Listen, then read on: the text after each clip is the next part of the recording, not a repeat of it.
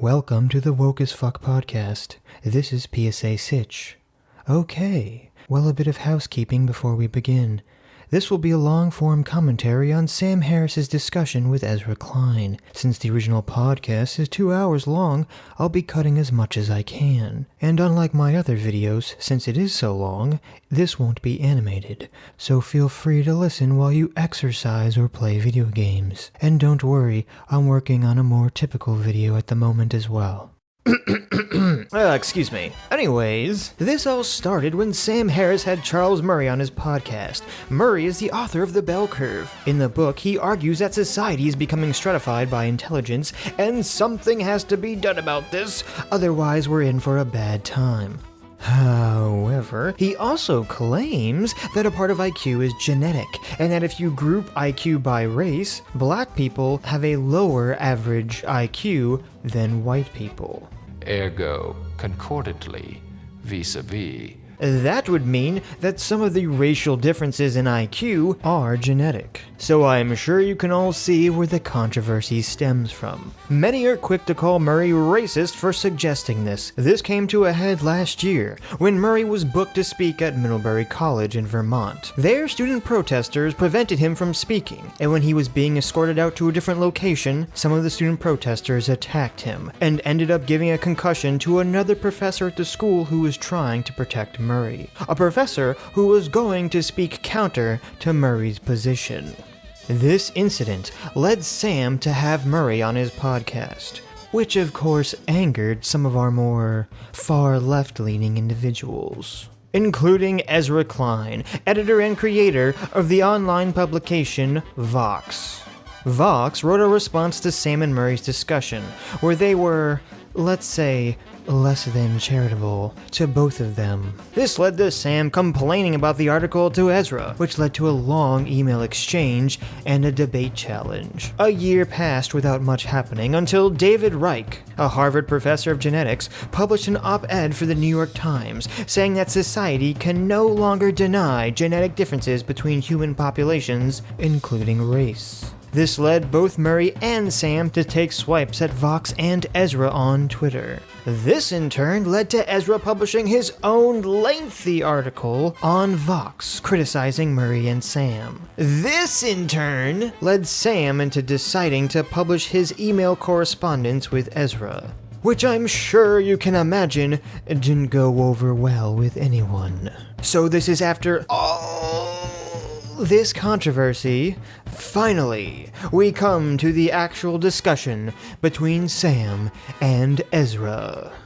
However, my critique on the conversation isn't going to be so much on what info there is on the genetics and IQ argument, rather, the way in which Sam and Ezra debate the topic. Because honestly, I was pretty baffled in the discussion at how dishonest Ezra was being in how he approached the conversation. However, it's in a somewhat subtle way, so it may not have been very apparent unless you're really paying close attention. And if you're looking at this and saying, wow, this video's an hour long, that's actually wrong! This video is over 2 hours long. I've made a second channel, PSA Sitch 2, where I will be uploading either more long-form content like this, or just articles and ideas I want to quickly comment on without a lot of production. So if you want some good old Sitch in your life in between uploads, go sub to PSA Sitch 2, link in the description. Now I'll be chopping the podcast up quite a bit. The link to the full podcast will be in the description below. And now, let us begin. While I have very little interest in IQ and actually zero interest in racial differences in IQ, I invited Murray on my podcast because he had recently been deplatformed at Middlebury College, and he and his host were actually assaulted as they left the auditorium. And in my view, this seemed yet another instance of a kind of moral panic that we were seeing on college campuses. And it caused me to take an interest in Murray that I hadn't previously had.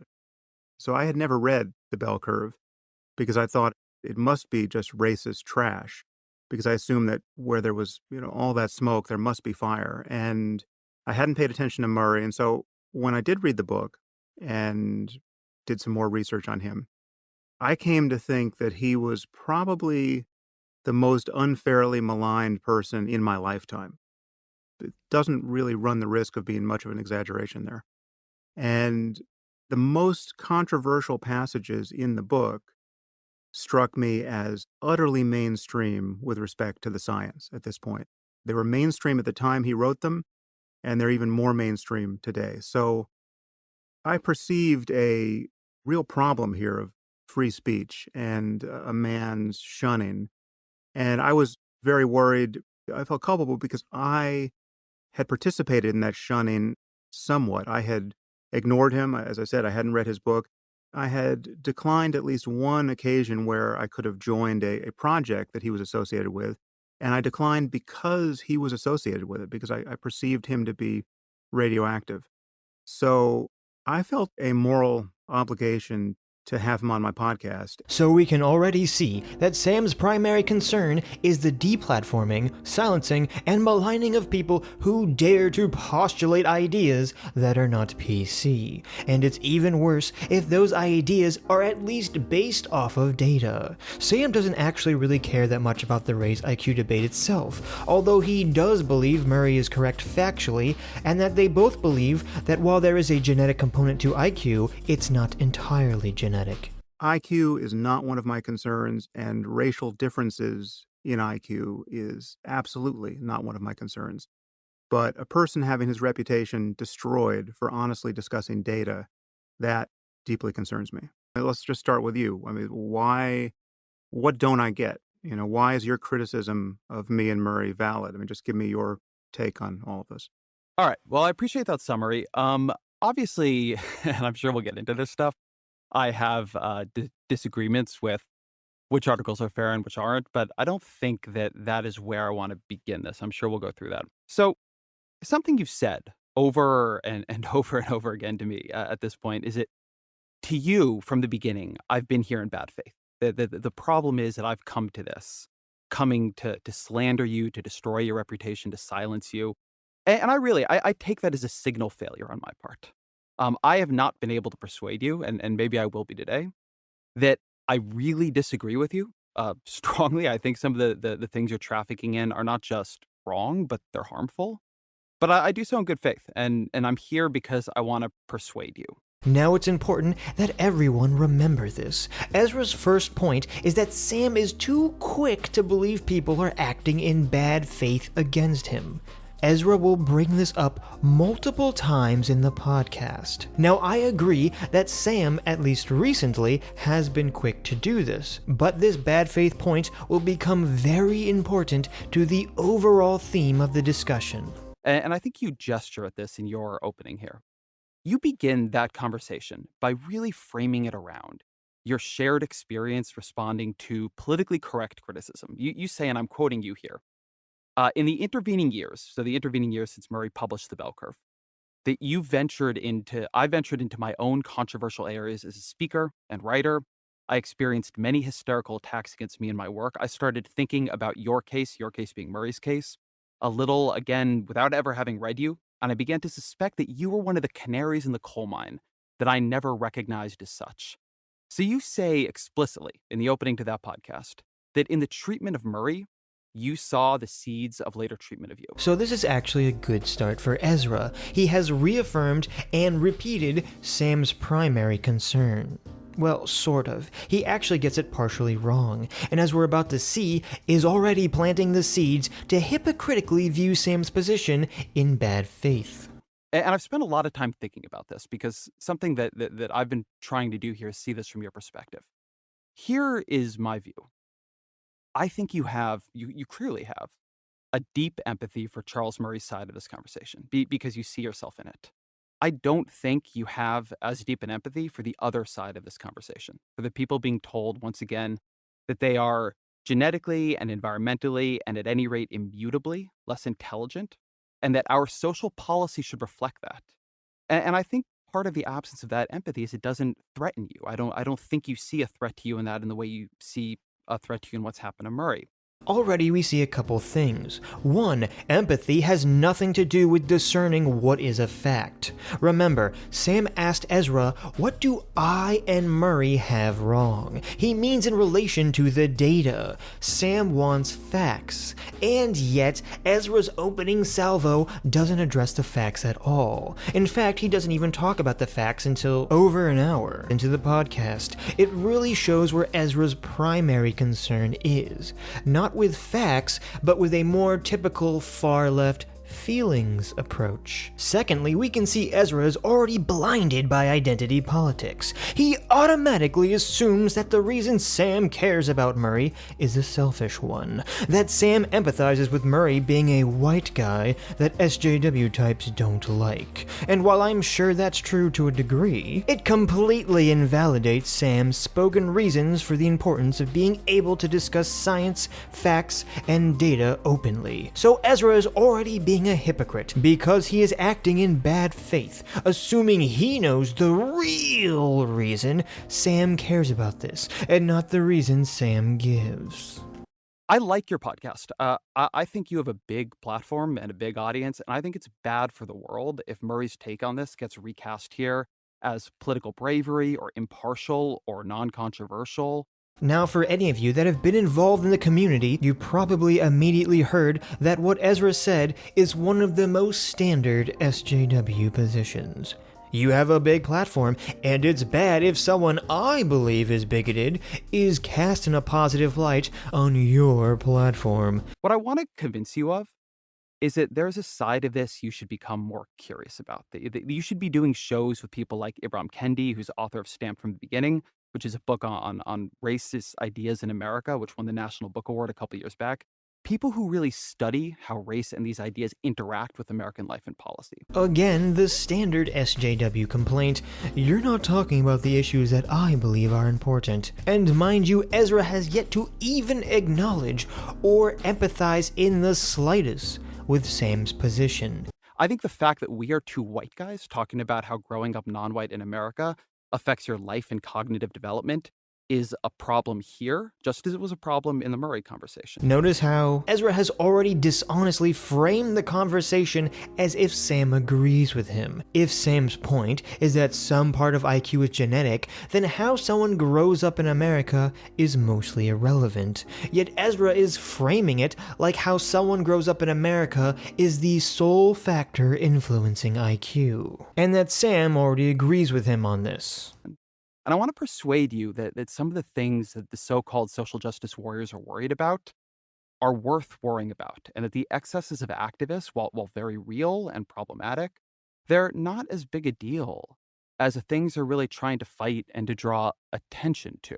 I hate to keep saying it, but again, this is one of the most standard SJW positions out there. And that's whenever they say, yeah, there are some things that SJWs do that are bad, but oh boy, those racists are far worse. As if it's some kind of zero-sum game. Classic tribalistic hand-waving away of the bad things people on your team do as not being widespread or a big deal. And how foolish it all is. This whole anti-SJW movement wouldn't exist if people on the far left would just denounce this SJW behavior of shutting down speech and attacking people.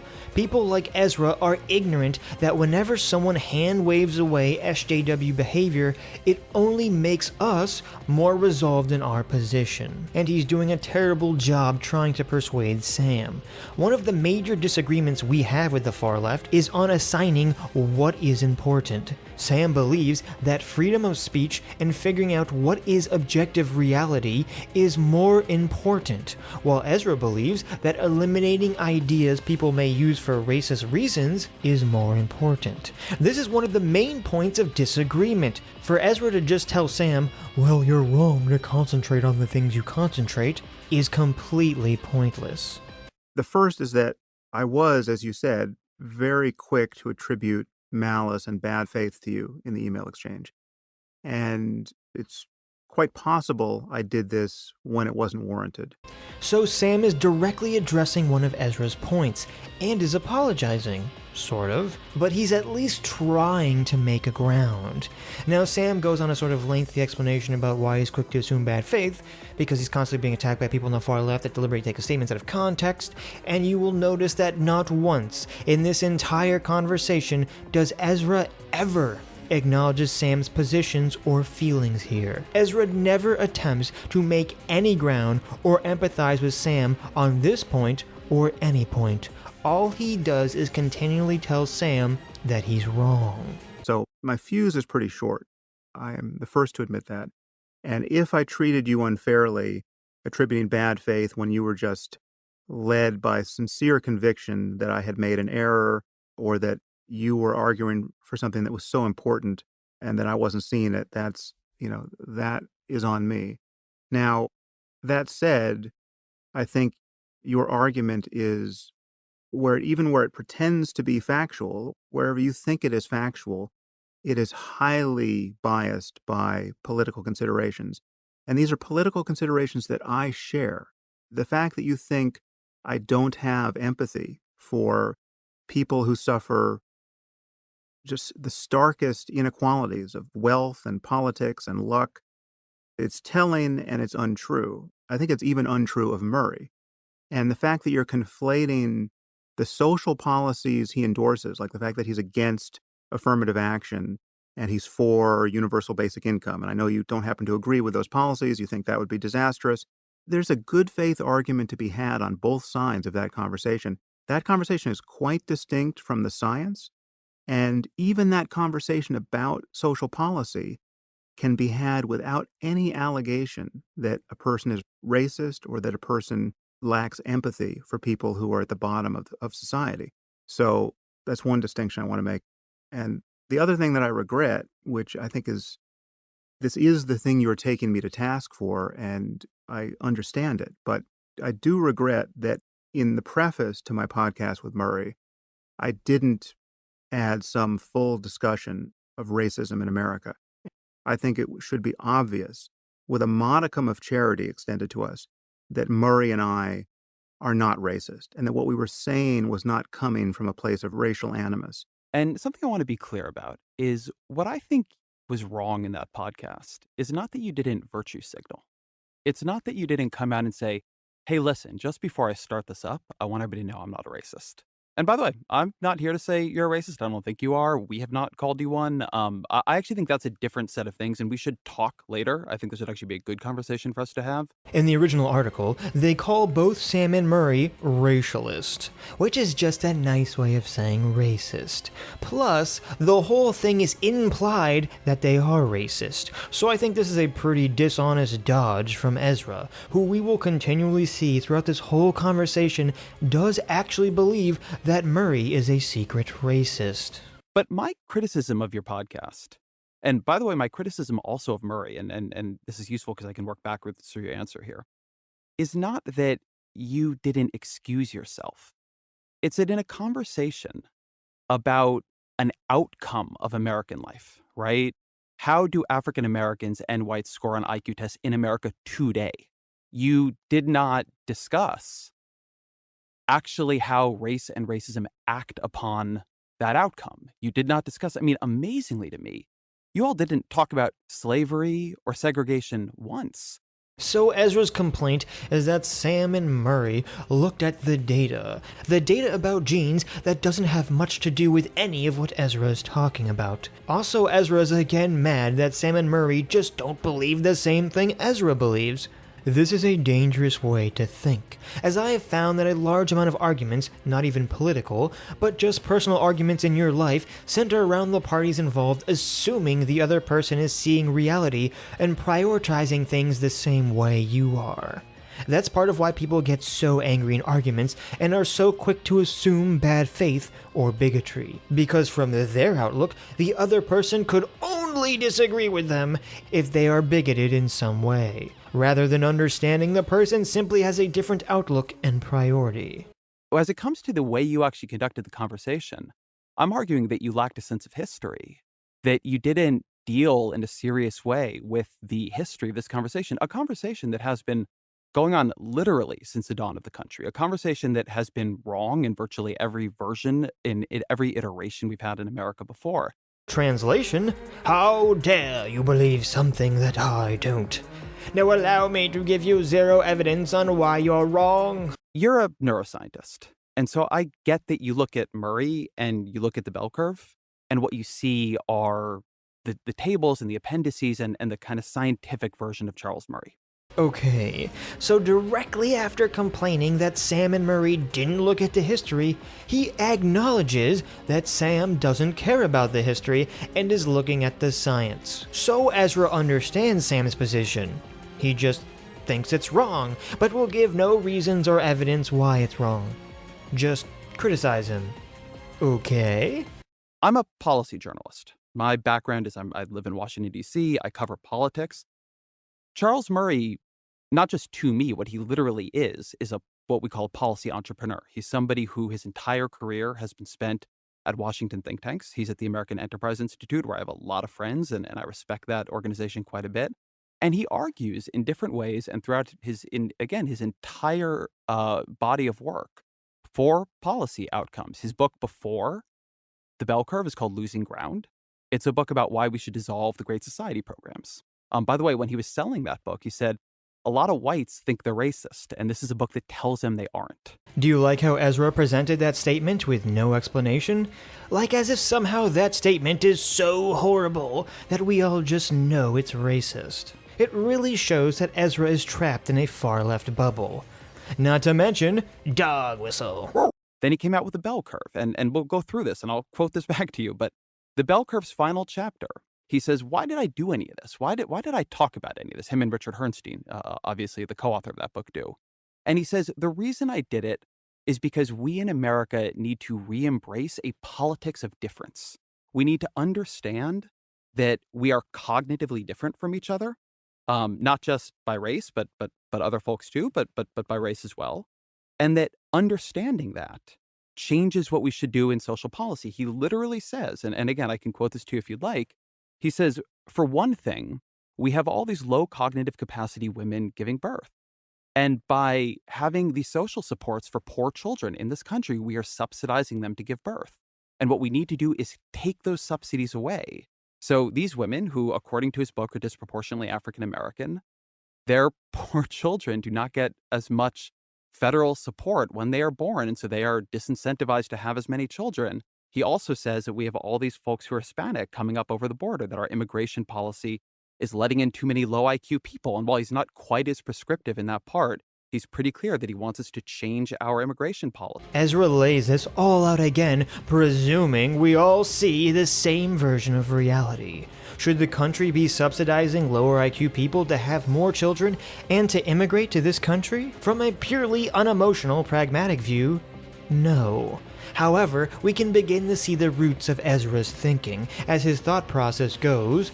Murray wants to stop incentivizing low IQ people from breeding and receiving government assistance and coming into the country. Murray is claiming that black people on average have lower IQ scores, thus black people would disproportionately be affected by Murray's policies. Thus, Murray is actually racist, and his data is just an excuse for racism. So Ezra's entire position against Murray is that he's dog whistling. That Ezra is a mind reader and knows Murray's true intentions.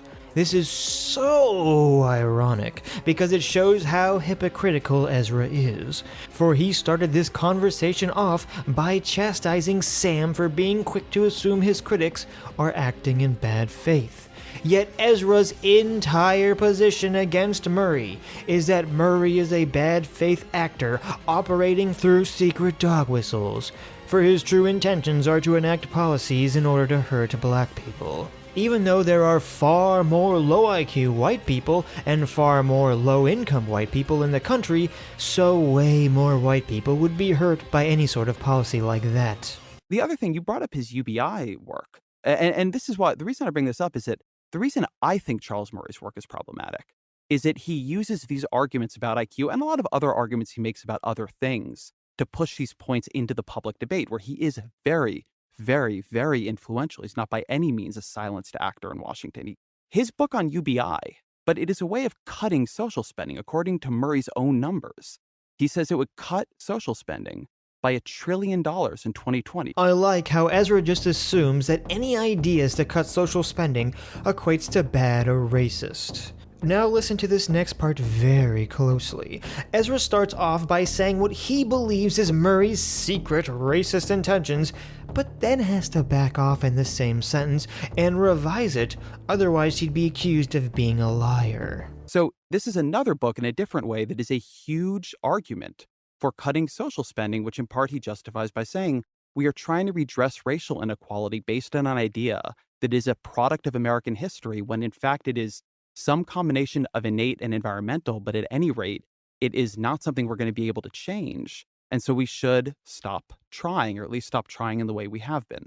Did you catch that? Right at the end, he claims Murray said, "We can't change race inequality, so we should stop trying. ... I mean, at least stop trying in the way that we have been." Wow. It's not like those are two entirely different concepts. Now, at first I thought maybe it was some slip-up on my part, because Ezra says... He justifies by saying... So does that mean this is a quote? Well, you can find a PDF of Murray's book on UBI in our hands, A Plan to Replace the Welfare State, pretty easily, and there is no quote like that in the book. In fact, the only people who come up on Google related to redressing racial inequality and Murray are people criticizing him. So I guess when Ezra says... He justifies by saying... He means he's mind-reading Murray's intentions here as secret racism. Okay, Ezra, again, you can't conflate his views on social policy with an honest discussion of empirical science. Those are two separate conversations. You can agree about the data or disagree in a good faith way about the data and have a separate conversation about what to do in response to the data and then disagree in a good faith way about that. This is a key difference in thinking as Sam is looking at it scientifically, and science doesn't care about policy. Sam wants to know what is true. We saw in his first Jordan Peterson debate that Sam places a very high importance in the concept that there is some objective truth that all humans can agree upon. Now, I personally completely agree with this point of view. However, this way of thinking is highly problematic to the far left, because the whole idea of intersectionality is that these ideas cannot be taken apart and looked at individually. Plus, Ezra literally cannot do what Sam is asking, as Ezra's entire position of Murray being a secret racist relies on interpreting Murray's policies and not on what he's actually said or wrote. If he were to isolate the data from the policies, he would have no argument. Now, I'm not defending Murray's view of what the social policy should be. I'm open-minded about universal basic income. I think there can be a good faith debate about many of these topics. It's a completely separate conversation. And I totally share your concern about racism and inequality. And again, I have no interest in using science to establish differences between races. But the problem is that the data on population differences will continue to emerge whether we're looking for it or not. And the idea that one should lie about these data or pretend to be convinced by bad arguments that are politically correct, or worse, that it's okay to malign people or even destroy their reputations if they won't pretend to be convinced by bad arguments, that's a disaster. Morally and politically and intellectually, that is a disaster. And that's where we are, right? That's my criticism of what you have done at Vox and what Turkheimer and Nisbet and Hardin have done. Do you think Ezra will address this point? Spoiler alert, no. In fact, Ezra doesn't really address much of the substance of any of Sam's points. If you ever find yourself in a situation like this, I find it's better to simplify your argument into one simple sentence that you can directly ask the person to respond to. Counterintuitively, when you give these long responses, you give the person you're speaking to a lot of room on what they want to respond to. You are essentially giving up control of the direction of the conversation. You know, you just claimed you didn't call us racist, right? You didn't use the word racist. I'll grant you that. You used the word racialist, right? Which you know most people will read as racist. But even if that is an adequate way to split the difference, everything else you said imputed, if not an utter racial bias and a commitment to some kind of white superiority. You say again and again that, I mean, here's a quote from your article. This is actually the subtitle of the article. And when I called the podcast with Murray Forbidden Knowledge, you said it isn't forbidden knowledge. It's America's most ancient justification for bigotry and racial inequality, right? We're shilling for bigotry and racial inequality. And then you convict Murray, again, this is a quote, of being engaged in a decades-long focus on the intellectual inferiority of African Americans. Now, honestly, that is a smear. I mean, Murray has not been focused on African Americans. He's been waging a decades-long battle to survive being scapegoated by people who insinuate that he's a racist. And the nature of that battle is to continually you have to keep touching this issue to get the slime off of you. But as you know, the bell curve was not focused on race. There's just one chapter on race. Sam has made a mistake, and that not only is he giving Ezra a lot of room to respond to this claim of mind reading, but also because Ezra has read a lot more of Murray's books, so he can just keep quoting things Sam can't confirm or deny. Try not to position yourself to have to defend other people's motivations, as typically only one person knows the real answer to that. But more importantly, this just further gives Ezra room to not acknowledge Sam's main point about the dangers of denying data and placing PC concerns over figuring out what is true. I want to read a quote from Murray on my podcast because this is, again, I'm not at all arguing for his social policies. I just want us to be fair to the man. And so this is a quote. If there's one thing that writing the bell curve did, it sensitized me to the extent to which high IQ is pure luck. Okay, none of us earn our IQ, whether it's by nature or nurture. We aren't the ones who did the nurturing. Hard work and perseverance and all those other qualities are great, but we can't take credit for our IQ. We live in a society that is tailor-made for people with high IQs. The people who got the short end of the stick in that lottery deserve our admiration and our support if they're doing everything right. And that's the end of the quote. So now we have a direct quote that completely goes against Ezra's entire mind-reading, secret dog-whistling narrative that he has about Murray. He is worried about a world where success is determined by a narrow range of abilities. And these abilities, whether they come from nature or nurture, are distributed unequally. That's guaranteed to be true. We just know that they can't possibly be equal, both among individuals and across groups, and when you're talking about the averages in groups. So Sam's perspective of Murray is the exact opposite of Ezra's.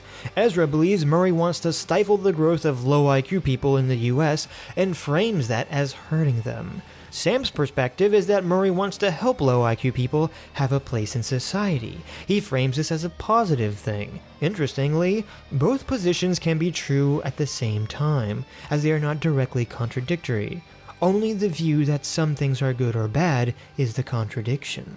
So to paint him as callous and as racist, and as essentially a white supremacist, you're talking, he's fixated on the inferiority of blacks on your account. It is irresponsible and unethical, and that's the kind of wrong that I was trying to address by giving him a platform on my podcast, and that is what produced so much outrage in me in our email exchange. When I hear this, I actually really wonder how much. I want to be careful here. I know Charles Murray. Now listen closely, as you are about to hear a person give a justification for having mind-reading superpowers. When I wrote my very first piece as a journalist in Washington, it was a piece about poverty. I interviewed him for it. I've reviewed his books. I've talked with him. My wife is writing a book about UBI, actually. He's quoted in the book. I do not want Charles Murray silenced, and he's a lovely guy interpersonally. There's no doubt about that. And the quote you read from him about luck, I want to put a pin in that because there's a whole conversation I want to have with you about that quote. If Charles Murray followed what that quote implies, I think things would look very different with him and with my view of his career. But I do think I need to go through some of what you said here. So first, I don't know how much you understand Charles Murray's career. As I said, his first book is Losing Ground. It's a book about the Great Society. In the It's a interest of book that he time and basic human sanity here, Ezra, No, I'm I worried that what you're going to do is all the stuff you're going to cover is actually irrelevant because one. Hey, Sam, I've let you had your say. I'm just gonna keep going. Okay, that's fine, but I just want to prevent your and listener frustration here because if you go on for 10 minutes for me to only say, well, again, his social policies are not social policies I'm advocating. Unfortunately, this is Sam's fault, since he is arguing that Murray isn't a secret racist and not directly calling out Ezra for mind reading. This allows Ezra to just go back and spend all this time on more of his Murray is a secret racist dog whistling claims, which again distracts from Sam's primary concern. So his first book is Losing Ground. It's about dissolving the welfare state. And again, he says about that book, a lot of whites think they're racist. I'm going to show them they're not. Next book is A Bell Curve. Again, Ezra just says this statement like it means something on its own. The way Murray often defends The Bell Curve is by saying, hey, look, it only had this one chapter on race and IQ. And he's completely, or actually a couple chapters, but he's completely right about that. The chapters where that is mentioned, they are not the bulk of the book. But I'm actually a publisher of pieces. And I work with a lot of authors on book excerpts. The furor around the bell curve is not around the book, which it's a long book. Most people haven't read it. It's that the part of the book that he had excerpted on the New Republic, on the cover of the New Republic under Andrew Sullivan, the cover of the New Republic, it just says in big letters, race and IQ. The reason that is the part people focus on is that they pulled the most controversial part of the book and made it a huge deal. I know that authors, when they don't want their most controversial part to define the work, they don't let you excerpt that. So one, I don't think Murray's blameless here. Ezra isn't arguing some specific thing Murray said, but is focusing on what is being implied, which is not only faulty, but Ezra negates his own argument because he gives a logical reason for why the excerpt on this one magazine would be chosen. Because it's controversial and clickbait, and that's what gets buzz about your book. If Ezra's a publisher, as he said, he should know that. His next book is honestly weirder. I don't know if you've ever read or even are that familiar with Human Achievement. I mean, just to be on the record here, I've read The Bell Curve and I've read Coming Apart, and that's all. And Coming Apart's an interesting book too. And Coming Apart just spells out his concern about the cognitive stratification of society. So Human Achievement is a book where Murray, and comes right after The Bell Curve. And when I describe this book, I almost feel like people are not going to believe me, but go look it up. Murray wants to quantify the human achievements of different races. And the way he does that is he looks in a bunch of encyclopedias and he literally counts up the amount of space given to the accomplishments of artists and philosophers and scientists from different places. And he uses that to say white Europeans, have done the most to push forward human achievement. One criticism that I and other people have of Murray is that he often looks at indicators that reflect inequality and uses them to justify inequality. That book is like one of the most massive correlation causation errors I can possibly imagine. Now Ezra can start bringing up all these examples of things Sam doesn't know about, and cannot confirm or deny because he doesn't have the information. And considering Ezra's position is already, I'm mind-reading Murray, can we really trust that he's giving an objective description? He's already shown that he couldn't before. At this point in the conversation, I think Sam's best route would be to simply and honestly say, I'm not Murray, and I can only talk about the things I've seen from him. You are not addressing the direct things I've read from his work, but pointing to other works to invalidate it, and I have no way of confirming any of this. So for productivity's sake, I believe it would be best to instead focus on my primary concern of objective truth and free speech. The final thing that you did in your answer to me here was you said again and again, people pretending to believe politically correct ideas, people pretending to believe bad evidence. A couple things on that. I don't doubt your sincerity in this. But I can assure you that Nisbet and Paige Harden and Eric Turkheimer and me, we actually believe what we believe. And one of the things that has honestly been frustrating to me in dealing with you is you have a kind of a very sensitive ear to where you feel that somebody has insulted you, but not a sensitive ear to yourself. During this discussion, you have called me, and not through implication, not through something where you're reading in between the lines, you've called me a slanderer, a liar, intellectually dishonest, a bad faith actor, cynically motivated by profit, defamatory, libelous. You've called Turkheimer and Nisbet and Paige Harding. You've called them fringe. You've said just here that they're part of a politically correct moral panic.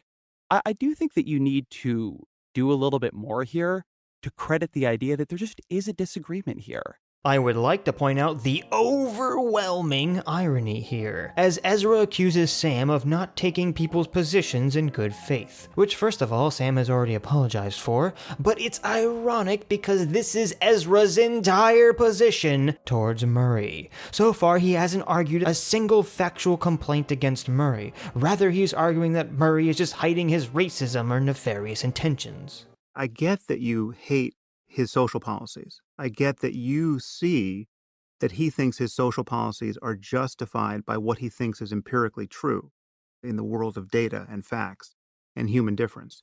So there's a connection there, right? And you're worried that if one takes the data seriously in the way that he takes it seriously, if one endorses his interpretation of the data from psychology or psychometrics or behavioral genetics, that will lead to social policies that you find abhorrent or that you think will produce a massive amount of inequality or suffering or something wrong. And I get that. But the conflation is that talking about data is one thing. Talking about what should be done in light of the facts that you acknowledge to be true or are likely to be true is another. So this is another key point of Sam's that Ezra will never directly address. You have to be super specific and direct in these conversations to get the other person to answer. Everything you've said about the politics and the historical wrongs of racism, which you wrote about a lot in your last piece, I totally agree with, okay? And I'm probably more aligned with you politically than I am with Murray, which is to say that I share your biases. I share the bias that is leading you to frame the matter the way you're framing it. And your concerns here are totally understandable. I get all of that. So this goes to the charge of bad faith against you, which in this conversation, I admitted might have been unfair, right? You might not be the Glenn Greenwald character I read you to be at a certain point in that email exchange.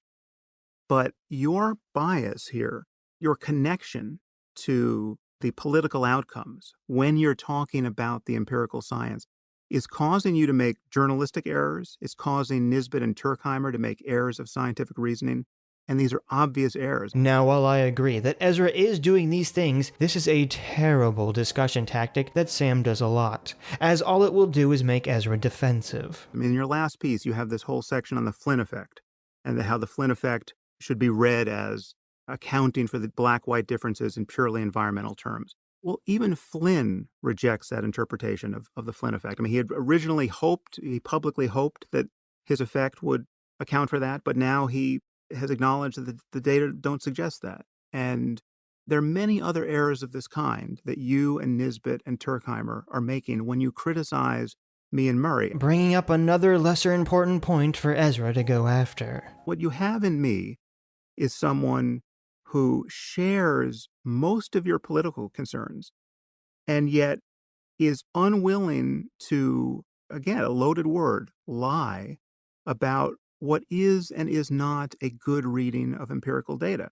and what is and is not a good argument about genetics and environment and and what is reasonable to presume based on what we already know. And again, the problem is that even if we never look for these things again, even if we follow this taboo and decide that there's no ethical reason to ever look at population differences, we will be continually ambushed by these data. They're just going to spring out of our study of intelligence generically or human genetics generically. It's happened on other topics already, and people try to keep quiet about it because, again, the environment journalistically and politically is so charged. And my criticism of you has been from day one that you are contributing to that political charge, and it's totally unnecessary. One of the things I've come to think about you that I actually did not come into this believing is you're very quick to see a lot of psychological tendencies, cognitive fallacies, etc. in others that you don't see applying to yourself or people you've sort of written into your tribe. So because Sam attacked Ezra's biases, now Ezra will attack Sam's biases. Again, distracting from the real issue and leading us down a path that will go nowhere. Though of course it's horribly ironic because Ezra is 100 times more guilty of what he's describing than Sam is. Is it Charles Murray is a guy who works at conservative think tanks, whose first book was about why we should get rid of the welfare state, his whole life's work is about breaking down social policy. So to the extent that I have any biases that flow backwards from political commitments, so does he. More mind reading. How do we know Murray doesn't promote policies he believes make sense with how he sees the data? The interesting thing is, by the implication Ezra made, it sounds like he's admitting that his own position is based on the policy outcome he wants, not on the data. His whole life's work is about breaking down social policy. So to the extent that I have any biases that flow backwards from political commitments, so does he. I do want to note, you mentioned James Flynn here. To prepare for this conversation, I called Flynn the other day. I spoke to him on Monday. His read of the evidence right now, and this is me quoting him, he says, "I think it is more probable than not that the IQ difference between Black and white Americans is environmental. As a social scientist, I cannot be sure if they have a genetic advantage or disadvantage." So that is what James Flynn thinks as of Monday. So James Flynn, as of Monday, says, "I don't know." Riveting. I think you have a huge sensitivity, let's put it that way.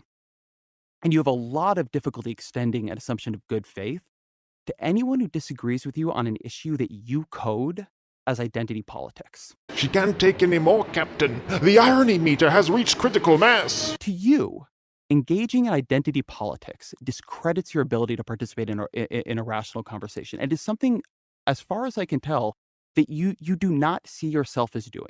So here's my question for you. On that specific quote, what does it mean to you, particularly when you're talking about something like race, to have your ideas contaminated by identity politics? What I mean by identity politics is that you're reasoning on the basis of skin color or religion or gender or some particular trait which you have by accident. You fell into that bin through no process of reasoning on your own. You convinced to be white or black. And to reason from that place as though because you're you, because you have the skin color you have, certain things are true and very likely incommunicable to other people who don't share your identity. So, I view this as the most unhappy game of Dungeons and Dragons ever. People have these various stories of victimology that if you do the arithmetic one way, one group trumps another way, it gets reversed. And this strikes me as a moral and political and intellectual dead end. Now I agree with what Sam said. However, I think an easier way to conceptualize it to someone like Ezra, why identity politics is bad, is because it's just tribalism. And tribalism means you get to be a hypocrite. You get to apply the rules to your tribe one way, and the rules to your enemy's tribe another way. And if you're not consistent in your beliefs or your rules, that means that everything you believe or act upon is a lie. That your principles are a lie, and you are simply just doing whatever you want and rationalizing it after the fact. And that ties directly into Sam's belief of the importance of objective reality. Because the things that are really true, the things that will really move the dial with respect to human well-being. So my concern is, how can the future be better than the past? How can we get to a world where we cancel the worst effects of bad luck? Given that some people are hugely lucky and some people aren't, how can we cancel this with respect to wealth and health and everything else? And how can we get to a world where the maximum number of people thrive? I view identity politics as among the worst pieces of software you can be running to try to get there. I want to get to a world where, it's Martin Luther King's claim about the content of your character rather than the color of your skin, right? That is the goal. And if you want to reverse engineer that goal, giving primacy to identity is one of the worst things you can do. That's how I would frame it. So that's super helpful for me. Here's my criticism of you now. I don't think you realize that the identity politics software is operating in you all of the time.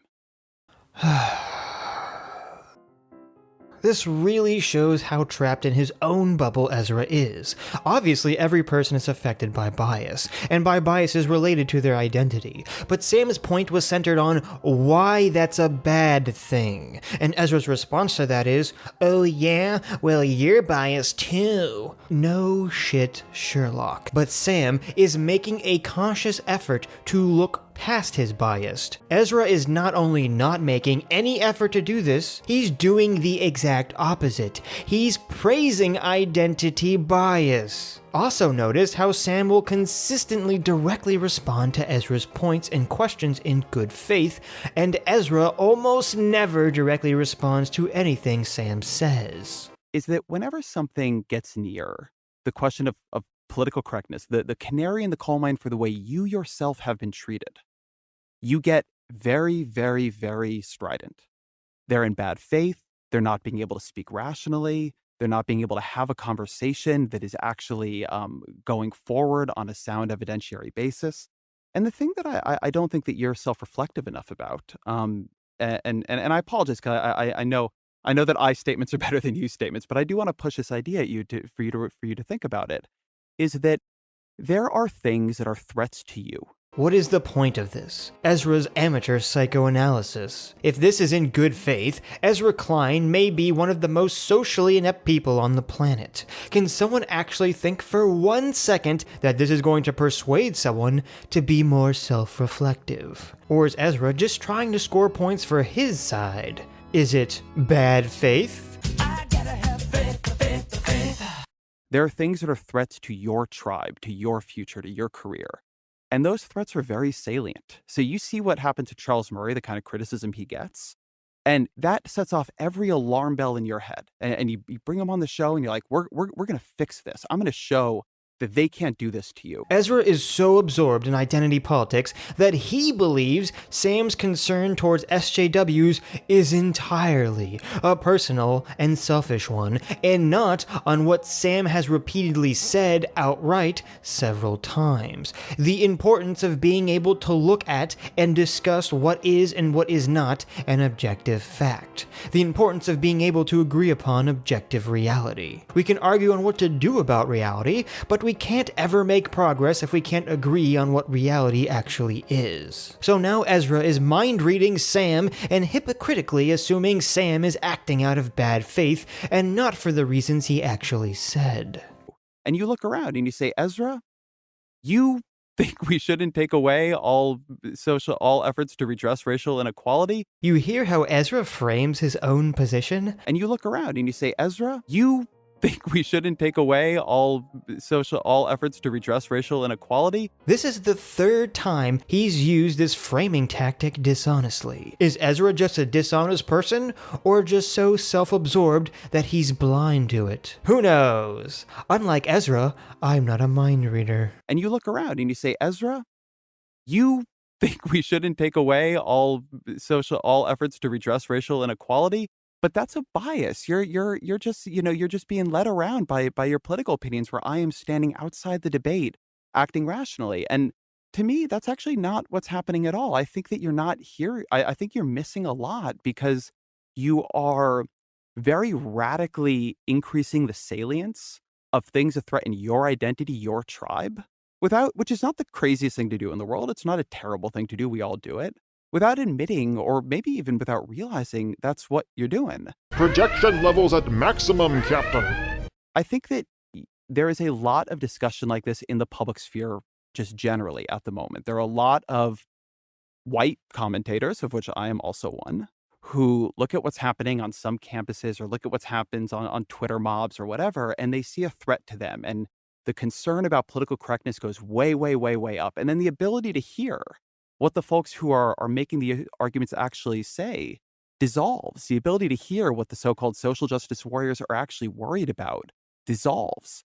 And I think that's a really big blind spot here. I think it's making it hard for you to see when people have good faith disagreement with you. And I also think it's making it harder for you to see how to wait some of the different concerns that are operating in this conversation. You're so concerned about Murray and what has happened to him when So now we get a good insight into Ezra's mind, as basically he's saying, it's just because there's all this reporting on SJW nonsense that people won't listen to the actual race problems we have in this country. And that's why Ezra feels justified in downplaying all the SJW nonsense. Well, let me explain to you, Ezra, how all this over-concern, as you put it, about PC stuff and SJWs is 100% entirely your fault. Personally, it's your fault and the people who think and act like you. It ties in directly to your entire thought process. Let me break it down for you. So some college kids somewhere protest some speaker they accuse of racism or sexism or whatever, and the protest either becomes violent or they physically prevent the speaker from talking, infringing on free speech. Now, you and others may not personally agree with this tactic, maybe you even think it's wrong. Yet you don't say anything. You don't denounce it. Why? Well, let me engage in a little mind reading of my own. The reason you don't is because you view everything through the tribal lens. You think, if I speak out or make a big deal about these kids doing this, that will just give ammunition to my ideological opponent. That's why my ideological opponents don't want to listen to my concerns, because they just keep seeing reports of these horrible SJW college kids, and it blinds them to the real racial concerns of the country. So I'm just not going to talk about it. I mean, it's not even a big deal anyways. It's an isolated incident. Now, Ezra, this thought process is what's created the current version of Sam Harris. It's what's created people like me. It's what's created liberals who are just horrified that the mainstream left can't consistently and easily just denounce this behavior. Denounce these attacks on free speech. Denounce these Twitter mobs trying to get people fired for saying a fucking joke. If the mainstream left would overwhelmingly come out and say, hey, stop that. This is not liberal behavior,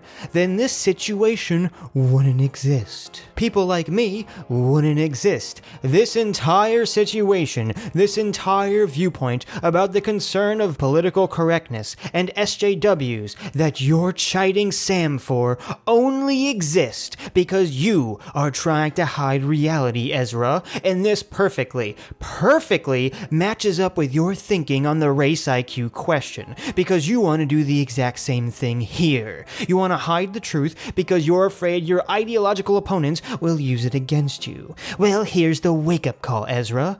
It didn't work with free speech, and it's not gonna work with this. The left has already ceded the free speech position to the right, which is baffling, and now you want to cede objective facts to the racists.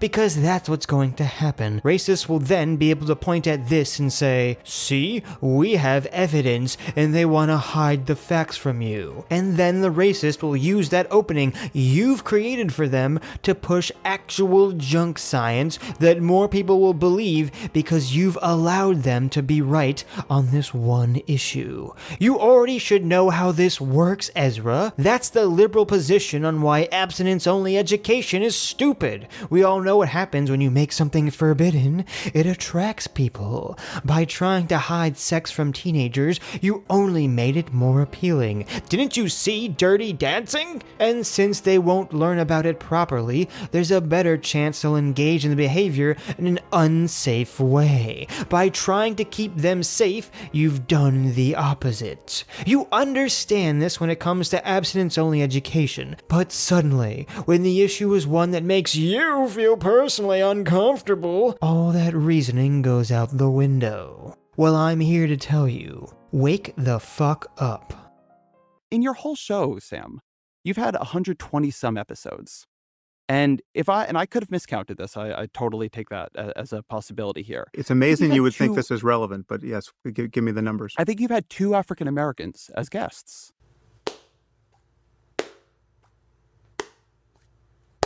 He's literally incapable of not seeing the world through this identity-driven lens. I think you need to explore the experience of race in America more and not just see that as identity politics, see that as information that is important to talking about some of the things you want to talk about, but also to hearing from some of the people who you've now written out of the conversation to hear. The classic, SJW, you're worried about things I don't think you should be worried about. This is a horrible, horrible point. If Ezra was being honest, why doesn't he just ask Sam why the Murray treatment issue concerns him more than the SJW stuff? Because Sam has already given that answer. Not being allowed to discuss what is objective truth because it might offend someone is a super important issue to Sam, and Ezra can't really win a debate on that. And again, here Ezra is trying to deny Sam's feelings as invalid without addressing them even once. Also notice that Sam answered Ezra's question directly about identity politics, yet Ezra has not countered Sam's point on why it's wrong, just accused Sam of engaging in his own. When you're reasoning among strangers, you have to converge on solutions to problems that work independent of who you happen to be. I mean, this is why, John Rawls's veil of ignorance thought experiment was so brilliant. To design a just society, a great heuristic is to think of the society you would want, not knowing who you're going to be in it. That's the perfect nullification of the logic of identity politics. And the reason why I'm defending Murray to the degree that I have been is not because I have this incredible sympathy with him because he's a white guy like me. I defend Muslim reformers who are not white and ex-Muslims who are not white. I've spent way more time defending Ayaan Hirsi Ali than Charles Murray, and she's the victim of the same kind of leftist stupidity, frankly. Her demonization has the exact same structure that Murray's does, and I have spent an enormous investment of time and money, frankly, defending Ayaan. So your charge is false with respect to my motivations. Sam sort of gets off on the wrong point here, as Ezra was sort of saying that he was defending him because he was white, but also because he's anti-racist, and views that as something that directly affects him. This gives Ezra continual room to ignore the more important first point of what Sam was saying. So during our email exchange, let me use this as an example. You wrote to me, again quoting here, if James Flynn is right, then the mean IQs of African-American children, who are second and third generation upper middle class, should have converged with those of the children of upper middle class whites, but as far as I understand, they haven't. It's taken over an hour for Ezra to finally address something about the data. I think that sentence right there, that is not having enough experience or having thought hard enough or dug into the literature. I mean, there are different ways of learning about the world, of course, but about people whose experience is different than yours. I mean, I'll give one example here that I actually said to you in these emails. African-American families making $100,000 a year tend to live in neighborhoods with the same income composition as white families making $30,000 a year. So to say that you have an African-American family that is middle class or upper middle class, and that their experiences now is so similar to that of whites that somehow the environmental atmosphere around them has equalized, I think that is something that is being missed, and that I'll just finish on this point. The way you leverage identity politics here is a way of not forcing yourself to see some of that. So we're finally getting into real facts about the issue, though hilariously, it's not brought up in the context of debating the fact, but rather as Ezra's proof of Sam's white privilege. Okay, but this is something you've done by implication more or less every time you've touched this topic. You've suggested that Murray is trying to establish that the differences between the mean IQs in various groups are genetic. He's not. He's simply suggested that there's good reason to believe that genes and environment both play a part. That is a safe assumption for basically everything we care about, physically and mentally. My experience as a person who was getting ready to have a conversation with Murray, wondering whether or not he should do it, wondering whether or not this is just, maybe this guy is a racist who's distorted the science. My experience was of encountering scientists who were basically in hiding on this topic, scientists whose names would be well known to you, right? People who have stellar reputations, but who don't want to go near this for all the trouble it causes them. This next part is really important. Just to give you another sense of the picture of the context in which we're having this conversation, your Vox article, the original Vox article, landed on the Hate Watch page at the Southern Poverty Law Center website in the stream that talks about neo-Nazi hate groups and the Atlanta bomber, right? There's me and Murray. That's not an accident. That's not a gratuitous misreading of the article. That is the taboo I'm talking about. We are now purveyors of hate. Notice how Ezra holds Sam responsible earlier for his platform, for how other people perceive Murray's dog whistles. Yet Ezra takes no responsibility for how other people interpret the Vox articles. Let's take this off of race and IQ for a second. This is something that would have been probably just as radioactive, and it just happened to break the other way, and sort of nobody noticed. But you probably recall, I think it was 3 years ago, or 4 years ago, I think it was 2014, where there were reports about Neanderthal DNA. And it was learned that it's actually, I think it's David Reich, whose op-ed in the New York Times kind of kicked off our latest skirmish. I think it's based on his work. It was found that most human beings are walking around with around 2.7% Neanderthal DNA. But it was found that the only people who don't have Neanderthal DNA are Black people, right? People who directly descend with some isolation from Africa, from the rest of the human community. And so at the time, I tweeted, right, this is now 2014, I tweeted, "Attention all racists, you are right. Whites are special. We're part Neanderthal. Blacks are just human." Okay, and it just was a trolling of the world's racists, right? Now, the fact that I tweeted that should give you as a journalist some indication of what I think about white supremacy. But what if the data had broken the other way? Okay, what if the only people on Earth who were part Neanderthal were Black? Okay, what then? What would have happened to anyone who reported those data? Would that have been an example of trafficking in the most deeply harmful tropes? I mean, it was just pure good luck it broke the other way. And yet, this is the kind of thing that will keep coming at us. And this is the problem that you appear to be unprepared for. This is an interesting point by Sam, a way to ask if objective reality is important without being direct. Of course, not surprisingly, Ezra will not address it. Sam has been throwing out too many different things for Ezra to respond to. And it's the problem that you, in the face of which you appear to be willing to believe people who are not speaking with real integrity about data because it serves political ends. And you appear to be willing to help destroy people's reputations who take the other side of these conversations. These sorts of accusations are not good for debates and discussions, as they just make people defensive. If your aim is to truly just move the conversation forward in an intellectual way, it's better to just ask specific questions about things, like the Neanderthal example. And the problem is this. We know that we will discover things about populations that can appear invidious and appear politically inconvenient.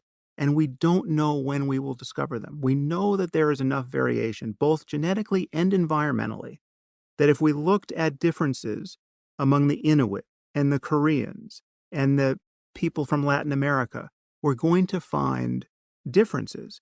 And again, these differences don't always make white people look good. The Asian IQ data is the reverse of the Black-white difference thus far, psychometrically. And no one is worried about Asian privilege, right? I mean, we got Asians suing Harvard University today because they're being excluded from Harvard. And that's the other side of this affirmative action question. These are good points, but Sam needs to ask Ezra to respond to them in a more specific way, since we already know Ezra's tactic of barely responding to anything Sam brings up. I just want to call out that you keep doing this thing where you say, there are all these people who disagree with me, and they disagree with me because they're not willing to read the data with integrity. I am not telling you you're not reading the data with integrity. You keep telling others that, and I think you that, call me and a I think pseudoscientist and a junk scientist over and over again. I think the scientists, the Nisbet and Paige Hardin and Turkheimer, said that they believe Murray's interpretation of this ultimately is pseudoscience and is way, way, way out front of the data. And Ezra is going back to this beaten to death, bad faith position, which is utterly pointless. Sam has already sort of apologized and taken that back on behalf of Ezra multiple times, but now Ezra's arguing it on behalf of everyone else, mind reading other people's motivations on his own side as well. Ezra has this huge hang-up on this issue despite being such a hypocrite on it. Maybe that's why he has such a huge hang-up on it. in fact, by the way, the Reich piece... You know, Reich Turkheimer's piece, apologized for that. What do you do with the Turkheimer fact said that Turkheimer he's said apologized for that? that he holds all I spoke with him yesterday. He holds all the same views on this, but he feels that wasn't helpful to the debate, which is nice of him. He maybe, it's good to keep the debate's temperature down, but that doesn't change his view. Okay, but if it's not junk science, then it's a disagreement about the actual science. I think I think you're gonna have to ask Turkheimer what he thinks on this. I think you're misreading. Ezra's being very dishonest here, or maybe just way too defensive, and thus tripping himself up, because he keeps switching between defending himself and defending the other people who wrote the article, but he's lumping everyone together and just switching back and forth to whatever would suit him at the moment in the conversation. Also, Ezra literally just disproved his own point, that yes, in fact, the people who wrote the Vox article are all like Ezra, believing Murray's acting in bad faith, and then weighs it off as, well, you'll have to talk to them about it. So the argument of Turkheimer, Page Harden, Nisbet in the piece and again, people should go to the show notes and read these pieces, is that who knows, maybe sometime in the future we'll find this, but right now, there is no reason to believe it. He has now pivoted to, well, even if we believe it to be true, it doesn't matter, because in the future we may prove it to not be true, which is just a horrible argument. Should we all be paralyzed by future uncertainty? Do you think Ezra has the same position on climate change, despite the data always changing? Now, one thing that I say is that I keep saying Murray calls this genetic. He does. He's pretty clear there's a genetic component. So are you in the piece. I can quote it back, but it's completely true that he says, I don't know what the numbers are. What is interesting... I like how when Ezra has to accurately describe Murray's position, he just sort of rattles it off as muddled and quickly as possible, like he doesn't want us to notice. What is interesting about the move Murray makes, and this is the thing that I call out in my piece and have talked about a bit, is that what Murray is intent on showing, is it genetic or environmental? It can't be changed. It's immutable. He says, there is this notion, and this was in your podcast, there is this notion that if traits are genetically determined, that's bad. And if they're environmentally determined, that's good because we can do something about them if they're environmental.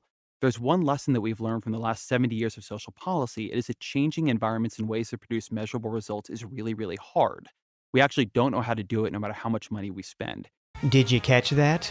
Ezra's entire position is that I can read Murray's mind and he's dog whistling, thus I can ignore the literal words he says. Also, I wonder what the context of Murray's statement actually is. Yeah, so that's also another wrinkle here, which is, I think, adds to people's concern about talking about this whole area. This lack of anything obvious to do about remedying any inequalities we find here. That's I think a major source of angst, and it's kind of a preamble to something I'll be coming back to. There is this notion that if traits are genetically determined, that's bad, and if traits are environmentally determined, that's good because we can do something about them if they're environmental. And if there is one lesson that we have learned from the last 70 years of social policy, it is that changing environments in ways that produce measurable results is really, really hard. And we actually don't know how to do it, no matter how much money we spend. Oh, okay. So the context is not that these things are immutable, as Ezra claims. His point with that statement was only to alleviate the boogeyman fear of attributing things to genetics. The reason Murray even made that statement was in order to say, we shouldn't act like something being influenced by the environment is automatically good or desired, because changing the environment to produce positive effects has proven to be incredibly difficult. So Ezra has completely misinterpreted that statement by removing it from its context. If you go read both the original and the second Vox pieces, they're primarily about this claim. They're primarily about the claim that we cannot change these outcomes. That's not true, but, whatever. They're primarily about the claim that, you know what, if you move people into, say, the correct form, into adoption, into high-income families, they have a 12 to 18-point IQ change. Holy shit! Finally! Ezra has actually brought forth a data-driven argument. Oh my god! It only took over an hour. There is tons and tons of evidence. Now we're getting into my world again, in the realm of social policy, of not just effects from social policy on one generation, but multi-generational effects from things like Medicaid and so on. If you have tons and tons of evidence, then argue it, instead of all this unrelated stuff you've been saying this entire time. And so one place where I think this is important is that a lot of the debate here, and a lot of the reason people care about it, is that if you're saying things are immutable, often people say they're immutable because they're genetic. Murray actually says they're immutable really no matter what. Ezra has twisted Murray's belief of what we're doing now isn't working into, well, they're immutable no matter what, black people are a lost cause. Bad faith. Also ridiculous because, again, there are more low IQ white people in the US than low IQ black people. If you say they're immutable, that's actually a way, and this is what Murray does, again, explicitly and repeatedly, both on your show and in other places. Explicitly, however, Ezra has yet to provide us with an example of that. Is say that because they're immutable, that really means that this is not kind of on us. This is not on us, white America or America broadly. And we don't have to kind of feel so bad. We can embrace a politics of difference. We can begin removing some of these social supports. Don't need to have as much affirmative action. Don't need this employment non-discrimination stuff.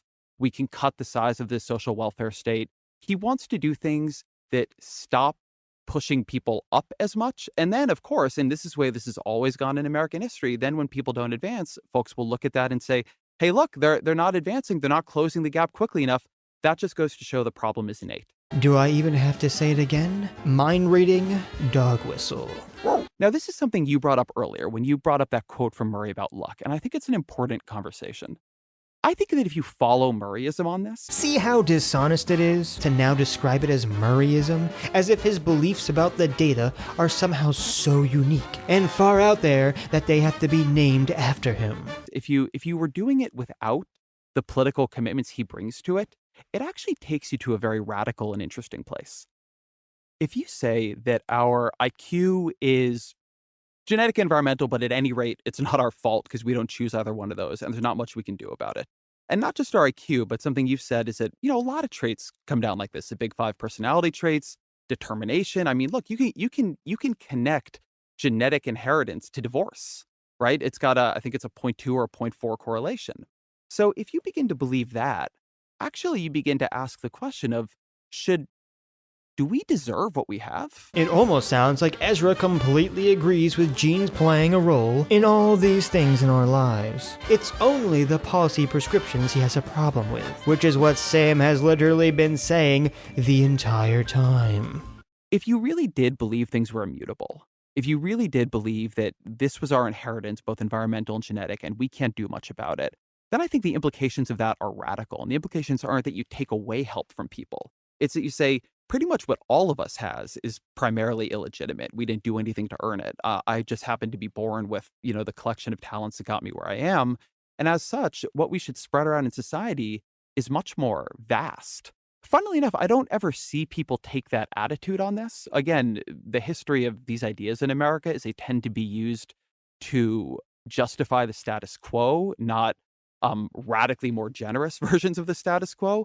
But I do think that's interesting, and I don't understand why people don't take that leap. I think that the implication of this is it's luck. And if you want to believe that, and again, I don't believe they're immutable. I don't think that's what the evidence shows. But if you do believe they're luck, I don't think it takes you where he went in your conversation. This provides a nice window into Ezra's mind. While I think what he said is a valid interpretation, he frames it as if that is the only reasonable policy that someone who believes what Murray believes would come to. Thus, this is proof that Murray is dog whistling. That really shows the limitations of Ezra's thinking, is that he is so locked in his own view that he assumes everyone else weighs the ideas of fairness as the primary important factor, where others might weigh something like progress as more important and believe something like, yeah, it sucks for those people, but why should I have to drag myself down in order to help them? Why should society bear this burden? I'm not saying that's my position, only that it's a position that Ezra seems to be completely blind to.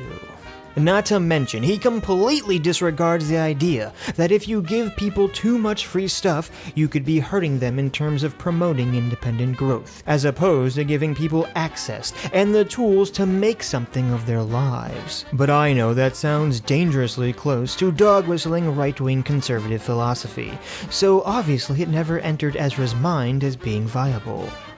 Okay, well, there is some more confusion here. I'm sorry, but your representation of the state of the science is very Nisbetian, and that's not an accident.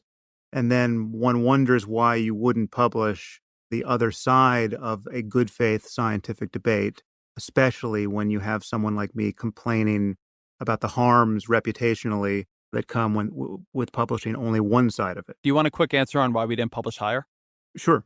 So during this, and people heard your explanation at the beginning, but we published a Vox piece. The Vox authors were getting a lot of criticism from you and others, which is, it's reasonable to debate.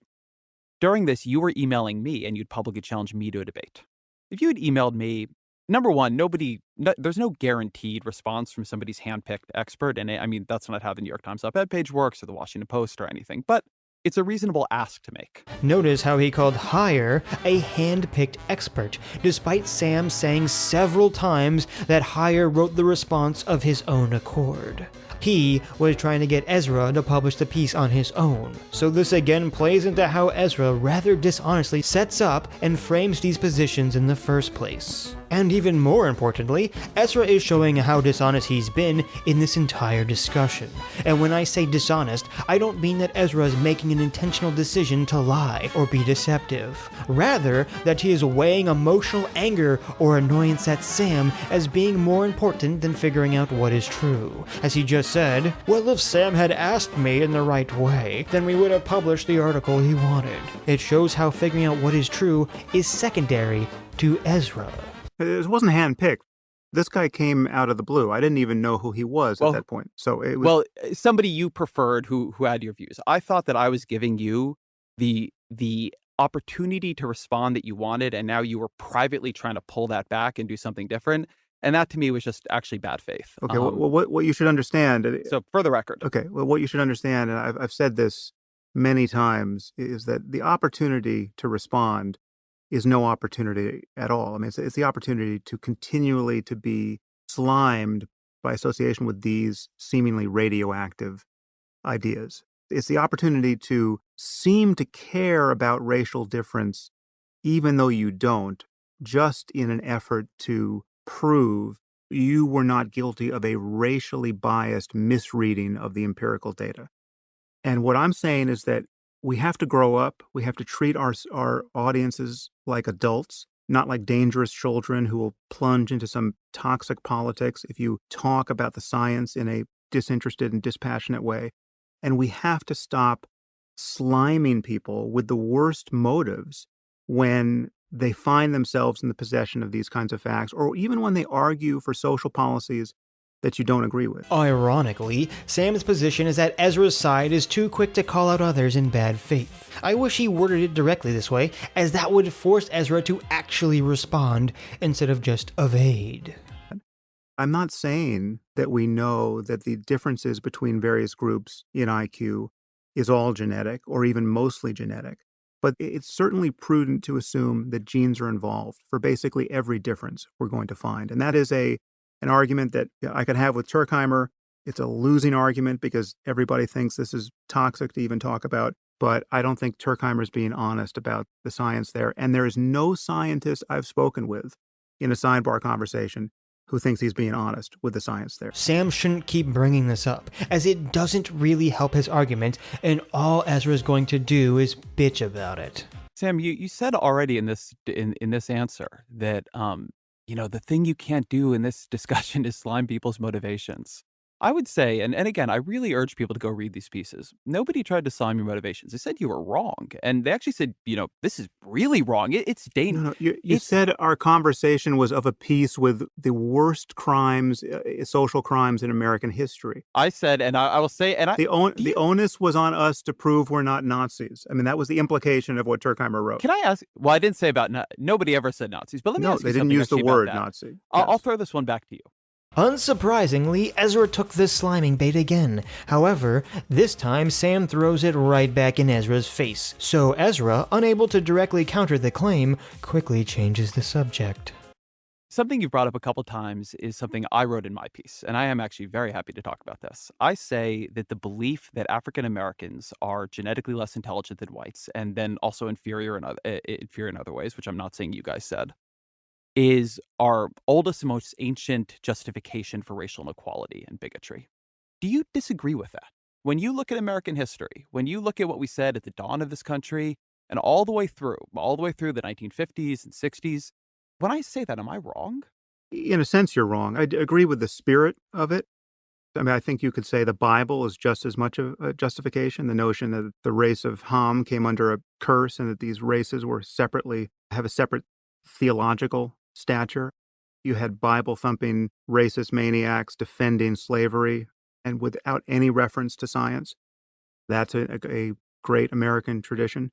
I think tribalism is at the bottom of it, and perceiving other people who look different and sound different from yourself as ineradicably different. I think that is a problem we must outgrow, and I fully agree with the social concerns that follow from noticing how far we have to go in outgrowing it. I think Sam gives a bad answer here. While I agree with everything he said, he still opens up room for Ezra to move around. It would be far more efficient to say, yes, I believe racists have used science, as well as a host of other things, and I even believe some well-intentioned people have bought into inaccurate racial science to believe incorrect and bigoted beliefs. However, all that bad science was disproven with good science, not with SJW censorship.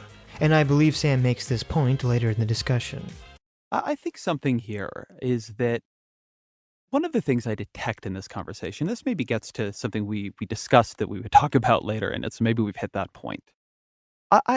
Something I detect here is the idea that, and I want to think about how to phrase this carefully because I want to do it without making you defensive. There's almost no faster way to make someone defensive than to say, you're trying to do something without making them defensive. Is that ideas can only fit into this lineage if they are being said with racial animus, if they are being said by someone who... Notice this is the third time Ezra has asked Sam a direct question. Sam has given a direct answer, and then Ezra just immediately moves on to a different point, or just reiterates the answer he wanted Sam to give. Who doesn't like the people they're talking about. And I think an important thing when you study the history of racism in this country is that it has always had a scientific wrapper. It has always been not something people thought they were doing because they were hateful, something they thought they were doing because it was true. Sam not addressing Ezra's point adequately has now opened the opportunity for Ezra to further delve into this subject. However, it's a bad point, as whether people use science incorrectly now or in the past to be racist or believe racist things has nothing to do with whether Murray is correct or not about IQ, nor does it even prove their point that Murray is simply dog whistling. Because I quoted in my piece Thomas Jefferson, who, brilliant man, like a brilliant, genteel man, one of the great... But a slaveholder, too. A slaveholder, and not just a slaveholder, but a particularly vicious one. But one of the reasons I quoted him is that at the end of the bell curve, one thing Murray does is endorse the idea that a correct understanding of stratified cognitive capacity, which operates racially and in other ways, should make us re-embrace what he calls a Jeffersonian politics of difference. He quotes Jefferson talking about how important it is to understand that people in society are fit for different uses. They're fit for different places. And I think now we look back at Jefferson and say, that's ridiculous, like the way you're talking about it. It is grotesque. Dog whistling again. I'm no expert on Murray, but I did hear his podcast with Sam, and to me, that Thomas Jefferson quote would fully align with what Murray said on its face. That different people have different abilities, and society must have a place for everyone. Ezra interprets this as automatically being race-related or implying a brave new world IQ-based caste system. So again, Ezra is acting in bad faith towards Murray. And for the record, I agree with the notion not everyone can become an Ivy League graduate and get some super high-paying job. Not just for IQ reasons, but a host of reasons, such as temperament, health, and even luck. And yet Ezra is always assuming the worst of Murray. But when Jefferson was doing it, he felt himself being genteel when he was saying that, African Americans cannot compose thoughts above the level of plain narration. We now look at that and say, the country that created James Baldwin, you think that? But, Murray, and I'm not accusing him of holding Jefferson's views on race, he clearly doesn't. Then why did you literally seconds earlier frame it like he did? Do you doubt that people are different?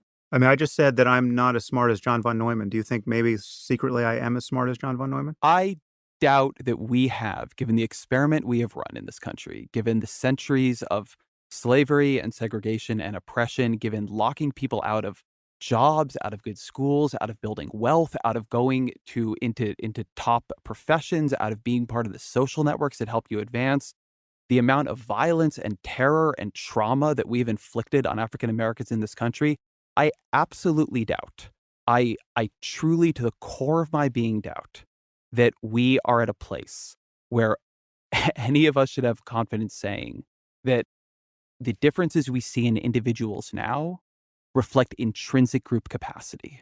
Ezra gives a very bullshit answer and warps the question into something else. Again, it shows Ezra's secondary thinking. Instead of answering the direct question, he answers what he believes is the intended secondary question, the implied question. Secondary thinking is one of the most dangerous things around. See, Ezra assumes some secondary intention from Murray's words that are not directly said. Then he assumes some secondary intention based on Sam's question that is tied into Ezra's already preconceived thoughts about what Murray actually means. When in reality, it's possible that no, both Sam and Murray are only saying that people are different. They're not dividing this among racial lines. And it's dangerous because secondary thinking can allow anyone to interpret anyone else's words any way they want. I think that every other point that at every but even Murray wouldn't say that. That at every other point in American history where we have said that is exactly what Murray says. That at every other point in American history, there's confusion. There is creeping not in confusion here. I mean, you'll be able to. I'll try to sort it out in my next follow. So yes. That at every point in American history where we have made that argument, we now look back, and I mean, this is not going way back, right? Segregation. My mom was alive in segregation. Charles Murray was alive during segregation. We're talking, I think it's within the week of the 50th anniversary of Martin Luther King's assassination. I mean, this is not ancient history, it is recent history.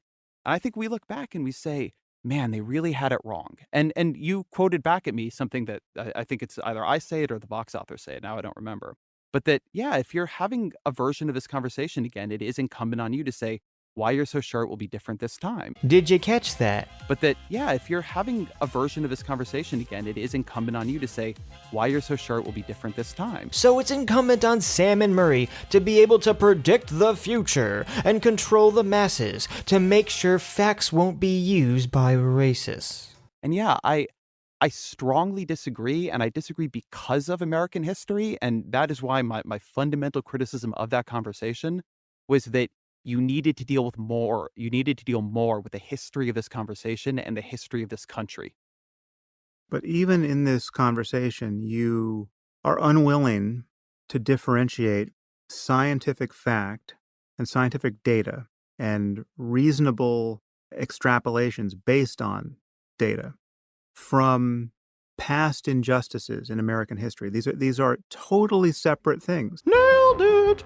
No, we disagree on what a reasonable extrapolation from the data is. And yet Ezra has spent the overwhelming majority of time here either criticizing Sam's behavior or talking about the whole SJW, what about racism? He's only brought up 2 instances of data.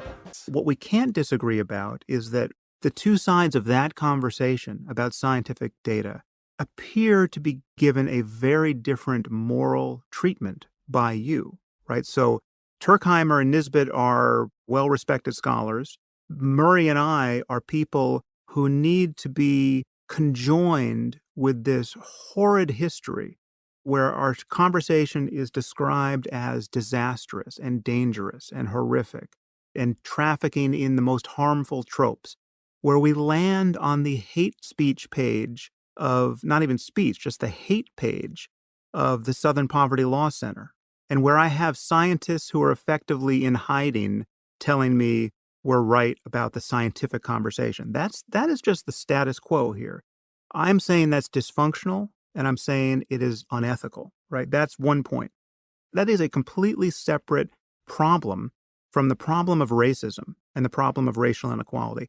And you feel that somehow this status quo problem of just how hard it is to talk about these things is justified because of how bad racial inequality has been in the past. I think And I'm there is saying what that you would call it's confusion here. I do think it's just important to say this. I have not criticized you, and I continue to not, for having the conversation. I've criticized you for having the conversation without dealing with and separating it out and thinking through the context and the weight of American history on it, not the weight of American history. Translation, I'm not criticizing you for having the conversation. I'm criticizing you for not having it properly. That is, the way I would have it. It doesn't conform to my standards. It bothers me how stereotypically SJW Ezra is. The weight of American history on the weight of American history is completely no, irrelevant. It can't possibly be irrelevant on something that even you admit is environmental. Yes, but that part of the conversation has been had.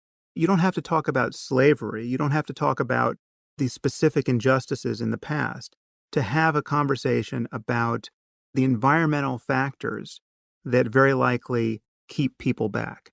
And I completely agree with you that it is right to worry that the environment for Blacks or for any other group that seems not to be thriving by one metric or another, that the environment almost certainly plays a role. It's unfortunate that Sam forgot this part of his conversation with Murray, which completely destroys Ezra's entire position. Given your experience and given just how combustible these issues are, I just want to make sure we're putting the relevant pieces in play when our listeners need to receive them. So one thing that just occurred to me people should also understand is that in addition to the fact that IQ doesn't explain everything about a person's success in life and their intellectual abilities, the fact that a trait is genetically transmitted in individuals does not mean that all the differences between groups, or really even any of the differences between groups in that trait, are also genetic in origin, right? So this the critically important point. Yeah. So the jury can still be out on this topic, and we'll talk about that. But to give it a clear example, so if you have a population of people that is being systematically malnourished, they might have genes to be as tall as the Dutch, but they won't be because they're not getting enough nourishment. And in the case that they don't become as tall as the Dutch, it will be entirely due to their environment, and yet we know that height is among the most heritable things we've got. It's also like 60 to 80% predicted by a person's genes. Right. The comparison we use in the book, which actually was drawn from Richard Lewontin, the geneticist, is that if you take a handful of genetically identical seed corn and divide it into two parts and plant one of those parts in Iowa and the other part in the Mojave Desert, you're going to get way different results. Has nothing whatsoever to do with the genetic content of the corn. So as you heard, just in that short clip, Sam and Murray talked about the very things Ezra has been complaining about this whole time. We can only assume it wasn't enough for Ezra, because they didn't specifically talk about slavery, and instead talked about it in a more abstract way. So what's at stake here is not a person's intrinsic worth. And using words like inferior completely loads the dice here. I mean, that is a highly charged, moralistic assertion, which just does not map onto any sane person's thinking about this. Yes, it mapped onto Thomas Jefferson's thinking about this, But to summarize what I'm doing with the slaveholders of our distant past and talk about these things as though it's a single set of ideas, it's just completely unfair Well, let me journalistically, ask you the and it question on has that. the consequence that I've described. Why? Let me try to think about how to phrase this question. You say that it is unfair journalistically to put your conversation within the lineage of the conversation going all the way back in American history and all the way, as you say, pre-American history. In fact, in my piece, I quote Voltaire and Hume and others. That at each point, European descended white men of scientific mind looked around them, looked at the society they saw, looked at the outcomes people had in the society they saw, looked at the science pulled from those outcomes, right? And it was called science back then too. And said, you know what? What we are seeing here is a result of innate differences between the races. And guess what? All that bad science could have been disproven by good science. So why don't you focus on that? Instead, Ezra's point seems to be, since people were racist in the past and used science to justify their racism, this somehow means any science I view as racist is automatically wrong. How unscientific. But something I'm just going to say, we've not even talked through questions of like what it even means to talk about races and the way that has changed over time, but I'll just bracket that. And at each point, that has been, it's been justified in different ways with different kinds of science. But, now we look back and we say, oh man, they did not know what they were talking about. That was ridiculous. I mean, look at what was going on in their society. But they, they looked and they ran their studies and they ran the numbers and they said, there's just a difference here. There's a difference here. And that is why things are turning out the way they are. This is where I believe the dishonesty comes from. Not an intentional one, but an emotional one. It doesn't matter that Murray and Sam have both said several times that people need to be treated as individuals. It doesn't matter that it even says that in his book. It doesn't matter that the book says they don't know how much is environmental and how much is genetic. It will never be enough. Because Ezra is not acting from a place of facts, but emotion. He does not want the outcome to be true, and is rationalizing it after the fact. Tell me why it is unfair to put Ezra, I'm pointing out that the bias your conversation in that lineage. Why the burden of proof is not actually on you to say, here's why it is different this time. Here is why we are at a point either in American history or science or whatever, where that is no longer like we are certain that nobody in 50 years is going to look back at us and say that. What an absurd position. We will probably always be in the position where the future will look back at us like, what the fuck were they thinking? You think in 100 years from now, everyone's gonna say, oh yeah, it was totally fine that we kept cell phones in our pockets next to our testicles all day. That we are blanketing ourselves with Wi-Fi 24/7. Did you know that aluminum acts as a toxic chemical in our body? Yet people drink out of aluminum cans and cook food out of aluminum pots and pans. Ezra is taking the position that since we can never know for sure, I guess we can never look into anything that could be affected by bias. He does this instead of making a fact-based argument because the facts are not on his side. Many things are possible. We're trying to judge on what is plausible to say, and more important, I am worried about the social penalty for talking about these things because, again, it will come back to us on things that we don't expect, like the Neanderthal thing, right? Like that comes out of left field. Had it gone another way, all of a sudden we can't talk about Neanderthal DNA anymore. I think the Neanderthal point is a great one, and I wish Sam would directly ask Ezra to respond to it. And there's no point in having our politics be hostage to these kind of tripwire effects. The end game here is to not care about differences among groups, to treat individuals as individuals, and to realize that yes, people have different sets of gifts and competences. We can give people whatever advantages we can, and we should. We're moving into a future where we'll be able to change these things about ourselves in very intrusive ways. We'll be able to change our genes. We'll be able to change the genes of our kids. We'll be able to put technology directly into our brains. and not everyone will have access to this technology at the same time, and this will open a door to another aspect of inequality that could be hugely consequential. How much do you want to bet that the moment we have the technology to genetically alter our DNA to increase our IQ before we're born, Gattaca style, that people like Ezra would completely drop this idea of, how dare you say there is a genetic component to IQ? Instead, they will trumpet the exact opposite as to why certain groups of people must have government-subsidized genetic enhancement.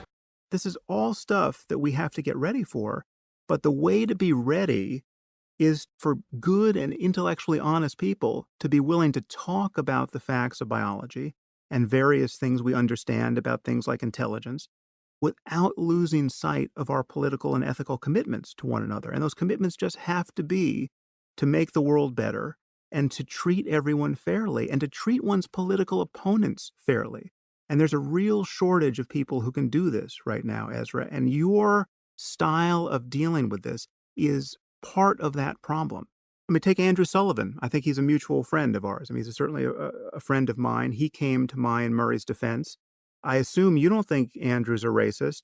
He, merely for coming out down on our side of this particular contretemps, he's being slimed as a racist now. Okay, that is the environment in which we're having this conversation, and that's why that's what I call a moral panic.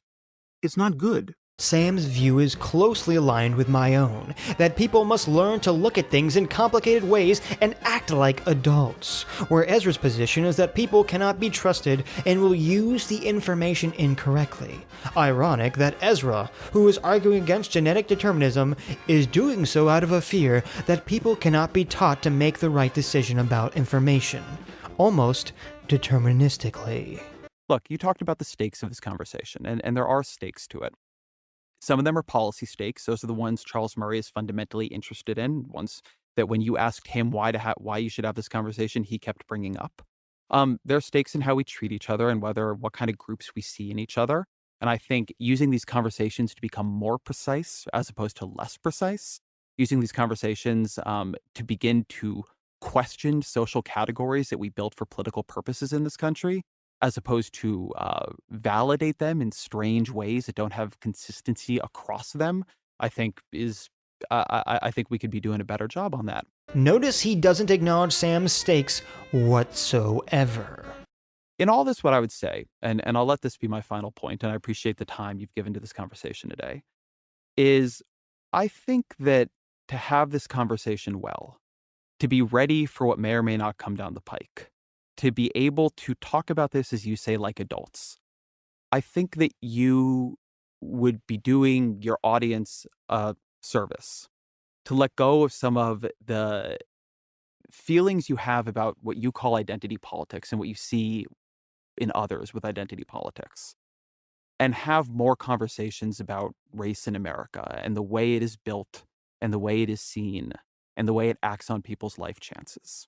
Pure SJW. It's only okay to have conversations in ways and on topics that I think benefit society. I think that there is room to have conversations about genetic findings, but because we are mapping those conversations onto social political realities, having more conversations where you deliver more nuance and more understanding, where you yourself get more understanding of the social political realities. You can talk about science, but only if you talk about all this other stuff first. Ezra is so completely entwined in identity politics. I continue to think that the way you handled the conversation with Murray, framing it as a question of political correctness, did too much to ignore what this conversation has meant to people for whom the danger is not that Charles Murray will be, and I think this was bad, deplatformed and even have his chaperone assaulted at Middlebury, or what has been more normal in his career, be extremely successful, but widely criticized. Ezra's focus is not on what was said, but on what it means to others. His focus is not on facts, but on other people's perception. The irony is that for all of Ezra's crying about Sam not empathizing with those against Murray, Ezra has not even made the attempt to empathize with Sam or Murray's position. I'll end by noting what you said about Andrew Sullivan. Andrew is a friend of mine, and I do not think he's a racist, and I take his honesty seriously, and I appreciate the conversations he wants to have. I think that was one of the more misguided pieces I've seen.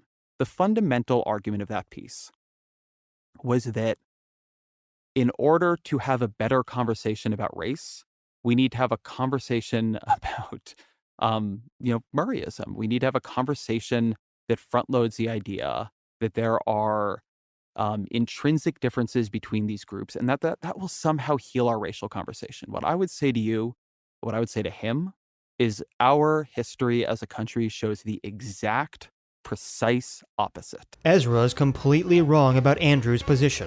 For all of Ezra's whining about nuance, he destroys any complexity to Andrew's argument and reinterprets it ridiculously. Now, I can be friends with people who believe radically different things than me, even vehemently disagree with me on many issues, but I don't know if I could be friends with someone who publicly distorts a complex opinion I have on something into simplistic, inaccurate bullshit. Also, Andrew completely calls out Ezra's dodging, which we can see in this very podcast. No, I certainly don't think Murray would say that focusing on the intrinsic differences between groups what Andrew said. Is a way of and you brought up Andrew's piece, so I'm just noting that. And so I think it would be good. Andrew said that focusing on the intrinsic differences between groups is a way to heal. Let me hold our conversation for 1 second divides. here, and I'll just call up the headline Sure. of his piece, if you don't mind. The headline of Andrew's piece is "Denying Genetics Isn't Shutting Down Racism; It's Fueling It." I think that if you wait, stop. That's so you summarize that as focusing on intrinsic differences among I think groups? that if you read that piece, that is exactly what that piece does. Andrew's piece is about not ceding science to the racist. You won't acknowledge how toxic the status quo is and how unnecessary the status quo is. I apologize. I didn't respond to that. You're right. Let me give you my quick response on that. Now that we're almost out of time, let me give you a quick response to one of your main points. You've said a couple of times that there are scientists in your inbox who refuse to be named but who agree with you, and that there's a link to one of the Vox pieces on, was it the Southern Poverty Law Center's hate site? Was that who it was? Yeah. The reason I've not focused on this, as you know, it's something you'd say in your conversation with Murray, there are tons and tons of unbelievably serious racists who find a lot of succor in Murrayism, right? I'm not grouping him with them. They love what he says. You say yourself, I'm sure all these hate supremacist groups are ecstatic about the bell curve. Why should we even be talking about it? The reason I've not really responded to that is I'm here to defend what I think, or to tell you what I think, to talk about the piece we published at Vox. Is Ezra just an insane hypocrite? Throughout this entire conversation, multiple times, one of Ezra's main criticisms is that Sam doesn't hold SJW positions and doesn't bring them up in the conversation with Murray. And now, Ezra's response to why he evaded Sam's concerns is, "Whatever, it's not my job. I'm just here to defend myself and my publication." What a horribly dishonest person Ezra is. I don't even know if he's aware of it. He just admitted that he had no intention of this being an honest conversation where he and Sam could discuss each other's positions and try to reach an understanding. It's unreal to me that he would openly admit this without realizing how it comes off. It is my judgment, and I'm not going to make you answer for everyone who you did not have on your show, but who has a more sinister view than the person you did have on your show. I think that... Except that's exactly what he's been doing this entire time. He's been chastising Sam for the way other people could possibly view Murray and their conversation. In this conversation, there are a lot of folks who take it in directions I wouldn't. I think that's true basically in every political conversation I've ever seen and been part of. Whenever I open my Twitter feed, which lately I'm not doing because I'm on book leave, mentions are always, if you go into them, a shit show, which is why I don't do it anymore. I just don't find that compelling. I think that we are having a debate. Well, I don't find your position compelling, Ezra. I'm not going to explain why. It just doesn't matter.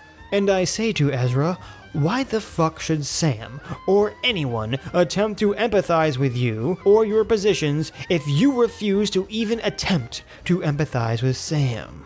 That again comes back to my thing. I think somehow you are very sensitive to the possible cost of a backlash framed around what you would call political correctness, and a lot less sensitive, which is what I keep coming back to the costs this idea has actually had for African Americans in this country throughout American history. And the cost, by the way, that Charles Murray wants it to have. That's right. Charles Murray wants black people to be discriminated against, and for all social programs to those in low-income situations to be cut, even though that means it would affect a lot more white people. Charles Murray is so racist that he will sacrifice more white people just to target a smaller actual amount, but higher proportional amount of black people.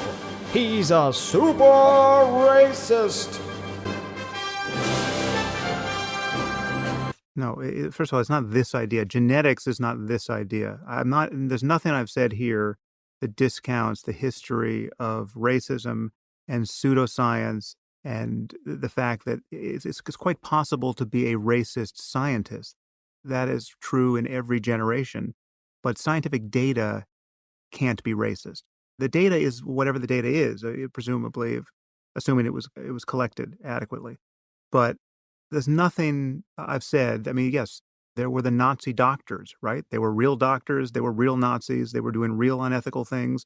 And paradoxically, they probably found some true things in their diabolical experiments, right? So you can separate these different variables. And my experience in talking to you is that you want to run it all together and give it this moral valence, which is, I have argued and will continue to argue, highly counterproductive. And my sensitivity is not to the personal slight against Murray or me. My sensitivity is to the consequential intellectual dishonesty. And when I say intellectual dishonesty, I don't mean that everyone is consciously lying. Clearly, there are people who are massively biased when they have this conversation.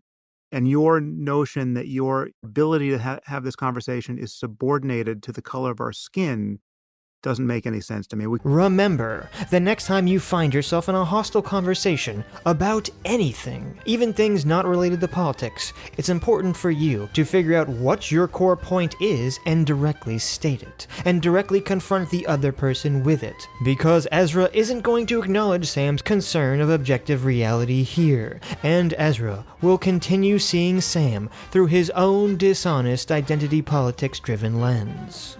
We could have been talking about anti-Semitism, right? And we could have the same conversation. Some of the switches would be flipped because of the different histories of Jews and African Americans, but much of it would be the same. I mean, so we're both Jewish. We both have standing to talk about the history of the way Jews have been treated and the future of how they'll may be treated in coming years. And presumably we both would acknowledge that anti-Semitism is a problem, but both, I think, would acknowledge that there are places where you could detect it where it, in fact, doesn't exist. To give you a crazy example, and this actually strikes a tangent to what we've been talking about in terms of population differences and their, in many cases, impressively genetic underpinnings. So, and this is actually in Reich's recent book, of which that op-ed was a crib. The finalists in the 100-meter dash in the Olympics, the male finalists, every single finalist since 1980 has been of West African descent, right? That does not appear to be an accident, and it doesn't matter what country they came from. And it does not appear to be best explained by environment. And there's a very similar story that can be told about East Africans with respect to the marathon. There's this shocking disparity in this particular type of athletic ability that is segregated in this way based on population ancestry. It happens to be a great ability and, it's all good for those sprinters, right? But imagine if you and I as Jews decided to worry that maybe there was some underlying anti-Semitism that kept Jews out of the finals of the 100-meter dash in the Olympics. Do you think there's a Jew on earth who thinks that? I would doubt it, right? But it's certainly possible to think. What is the analogy you're drawing exactly here? This is to rehabilitate the statement that Andrew made in his piece that you cast off as being somehow ethically or politically deranged. The idea that understanding the facts of genetics, in this case, might inoculate us against false charges of bigotry, like seeing bigotry where it doesn't exist, right? And in this case, if we as two I'm sorry, Jews... I just want to make sure I understand what you're saying here. Are you comparing the idea that there are not Jews in the finals of the New York City or Boston Marathon or whatever? So Ezra has been listening so unclosely or had such an emotional reaction that he doesn't even say the Olympics, the thing you would naturally assume someone is talking about in terms of running events. To the idea, to the conversation about whether African Americans, after what has gone on in this country's history, are scoring worse in IQ. I'm trying to I just want to. I want to make I'm sure trying I'm to sharpen understanding up what you're saying. Yeah, it sounds like you want to give some politically correct slam dunk of this. You know, you call it politically correct, but I'm actually you're bringing up in this conversation. I didn't make you do this, just as I've not made you talk about race and IQ. I like what a non-answer that is from Ezra, but of course, while I think Sam's example is a good one, it will only work on someone willing to have an actual honest conversation. Something Ezra clearly has no intention of having. No, you didn't. Yeah. It's a point that clarifies. I'm trying to sharpen up Andrew's point that you seem to not see the point of, is that if you go looking for bigotry as your explanation for every difference you see, you can read about this in Reich's book. I mean, if you have populations that have their means slightly different genetically, like, we 80% of a standard deviation difference, you're going to see massive difference in the tail ends of the distribution, where you could have 100-fold difference in the numbers of individuals who excel at the 99.99% level. It would be possible to be so paranoid about anti-Semitism and to be so disinterested about a biological understanding of human difference, or to think that any biological understanding of human difference is so intrinsically toxic that it can't be discussed, so that, two Jews like us could be worried that anti-Semitism is the explanation for why Jews aren't represented there. And I take Andrew to be saying there that that would be nuts, frankly. And I think we both know in our gut it would be nuts. And yet we're in danger of doing that elsewhere. We're not going to get rid of human difference until we've all just uploaded ourselves into the matrix. There will be differences that we're continually trying to correct for. And all we have is intellectual honesty and ethical goodwill as tools to do that. And what you are adding to that equation is really an indissoluble kind of tribalism, which I keep calling identity politics. And it's showing its dysfunction, even in this conversation, in the way you're thinking about this, in the kinds of things you've published, in the consequences to me and Murray and Andrew Sullivan and others for you having published it. And that is what I've been complaining about. I do think this is a good place to close, because I do think this is our bedrock disagreement. I think you look at me, you look at the folks you see as engaging in identity politics, which is something other people do, but not you. And you see tribalism. You see, on my part, a social justice warrior tribalism of some sort or another. Someone who's, looking for evidence of racism and bigotry. Identity politics is, by its definition, tribalism. I look at our society, and I see a society that even now, on every study we basically run, shows huge racial bias. I mean, I look at a study done just a couple of years ago showing that if you send employers a resume and everything is equal except for the name, one name is African American coded and another name is European coded, you get 50% fewer callbacks for African Americans. Boom! Total proof that white privilege exists. Not quite. After that study was released, its methodology did attract some criticisms. Specifically, the black names that the study used, things like Lakeisha, Latanya, or Tremaine, yeah, they're not just associated with blackness. They're also associated with a certain socioeconomic background, and people in the experiment may not have been discriminating against blackness specifically, but rather a perception about education and income levels. And this argument could also be used, by the way, for people not wanting to hire people with white names like Billy Bob or Betty May that are typically associated with, well, rednecks. A recent study from the University of Missouri ran a similar experiment to study racial biases in hiring processes, but this time they also included Hispanic names, and guess what? They found no statistical differences in callback rates. The difference in their experiment was that to control for perceived socioeconomic differences and to just focus on race, only race, they kept first names constant while changing the last names. Quote, the resumes from fictional black candidates bore the last names Washington and Jefferson, while those from white candidates bore Anderson and Thompson, and those from Hispanic candidates bore Hernandez and Garcia. I look at evidence that when African Americans go into the hospital, they do not get treatment for pain at the same rates as white Americans because doctors do not believe them. They think they're trying to scam the drugs or something. I see us as a society that is not 100 years or 1,000 years or 10,000 years away from a long, long, long legacy of not just racism, but violence and oppression of the worst kind. A society where we did things that even now to just go through them, it chills you. But that was like 50 years ago, and some of it still goes on today. Again, not only does he refuse to acknowledge Sam's position in even the slightest, but how does this disprove data? Wouldn't it be more valuable to concentrate on how Murray is wrong scientifically if you think that he's biased? And when Charles Murray is asked why he's talking about this, and he says, because I don't like affirmative action, and when Andrew Sullivan in the segment I just gave you says, why should we talk about this? He says, because I don't like affirmative action. It might make everything worse. Yeah, that's the society I see. Doesn't mean I couldn't be talked out of it. Doesn't mean that if we get evidence in 25 or 50 years that, of genetic discoveries we have not had yet, that I couldn't change my view. But right now, when I look at that evidence, and I'll tell you, Sam, like I do so with integrity and trying to think through the right answer, just as I imagine you do. Whatever you believe about me. Not only do I not believe you have any intellectual integrity or consistency, but I don't think you even realize that you don't.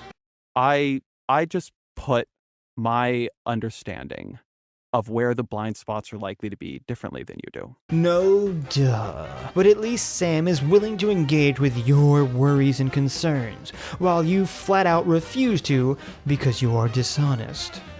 And and I think that's where to leave it. I think that is fundamentally our dividing line. You look at people in this debate, and you say they're looking for examples of racism. They don't want to believe this other stuff. It's just science. And I look at that and I say it's not actually. The science is not showing that yet. And we have a society that is way, way, way, way, way far away from where it should be. And I don't know. I see this differently than you do. I get that. But not in precisely the ways you think you do. I mean, I'm having the bewildering experience of agreeing with virtually everything you said there, and yet it has basically no relevance to what I view as our underlying disagreement. So you have that bewildering experience because you don't realize when you keep saying that everybody else is thinking tribally, but you're not, that is our disagreement. Ezra either literally has no idea what Sam's position is, or is just accusing Sam of not looking at the data factually and is being blinded by bias. So I guess Ezra is accusing Sam of thinking in bad faith too. I love Ezra's constant way of thinking, of not addressing the things people actually say, rather on what he believes they think. Agreement.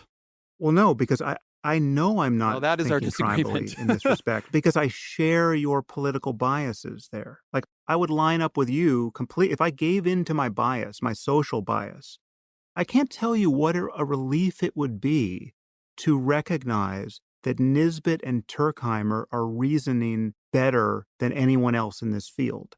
I can't tell you what a relief it would be to realize that Gould's book, The Mismeasure of Man, was right on the money. I don't care what you say, Sam. I know your mind. For all his whining, Ezra is literally incapable of having this conversation in good faith. Because the thing that you said when you brought on, and I feel like now we're just getting back to the beginning, and we should let this go, and I'll let you the last word after this. But right at the beginning of all this with Murray, you said, you look at Murray and you see what happens to you. You were completely straightforward about that you look at what happens to him and you see what happens to you. I think the relief. It's not tribalism. I think the relief this to is you. The experience of talking about ideas in public. We all have a lot of different identities. We're part of at all times. I do too, right? I have all kinds of identities that you can call forward. All of them can bias me simultaneously. And the questions, of course, are which dominate and how am I able to counterbalance them through my process of information gathering and adjudication of that information. But I think that your core identity in this is as someone who feels you get treated unfairly by politically correct mobs. And But that is not identity politics. that is my experience as a public intellectual trying to talk about I ideas. will say this. This masterfully shows Ezra's view of the world and why he is completely unsuited to be an objective person. He literally cannot see the world through any lens other than identity politics. That is what folks from the dominant group get to do. They get to say, my thing isn't identity politics, only yours is. I will tell you, Sam, when people who do not look like you hear you telling them that this is just identity politics, they don't think, God, he's right. That is just identity politics. They think this is my experience and you don't understand it. You just said it's your experience and they don't understand it. You think that's Glenn Lowry's view of it, or Ayaan Hirsi Ali's view of it, or Majid Nawaz's view of it? I think that you have said publicly that you will not have a conversation with Ta-Nehisi Coates because you think he just plays identity politics. Ezra totally dips out after Sam nails him. I think that you like people. Yeah, I think you like. Yes. It's the same reason why I didn't want to have a conversation with you, honestly, because I think that it doesn't become fruitful. I mean, we're having, this is a post-mortem on our collision, and I think it was useful to do. And I can only hope our audience sorts it out for themselves in ways that will be accurate and useful. I think it was useful, as besides Ezra's personal failings of being a hypocrite, he perfectly encapsulated some of the major problems of the regressive left's mindset far better than I ever could. Anywho, until the next one, friends.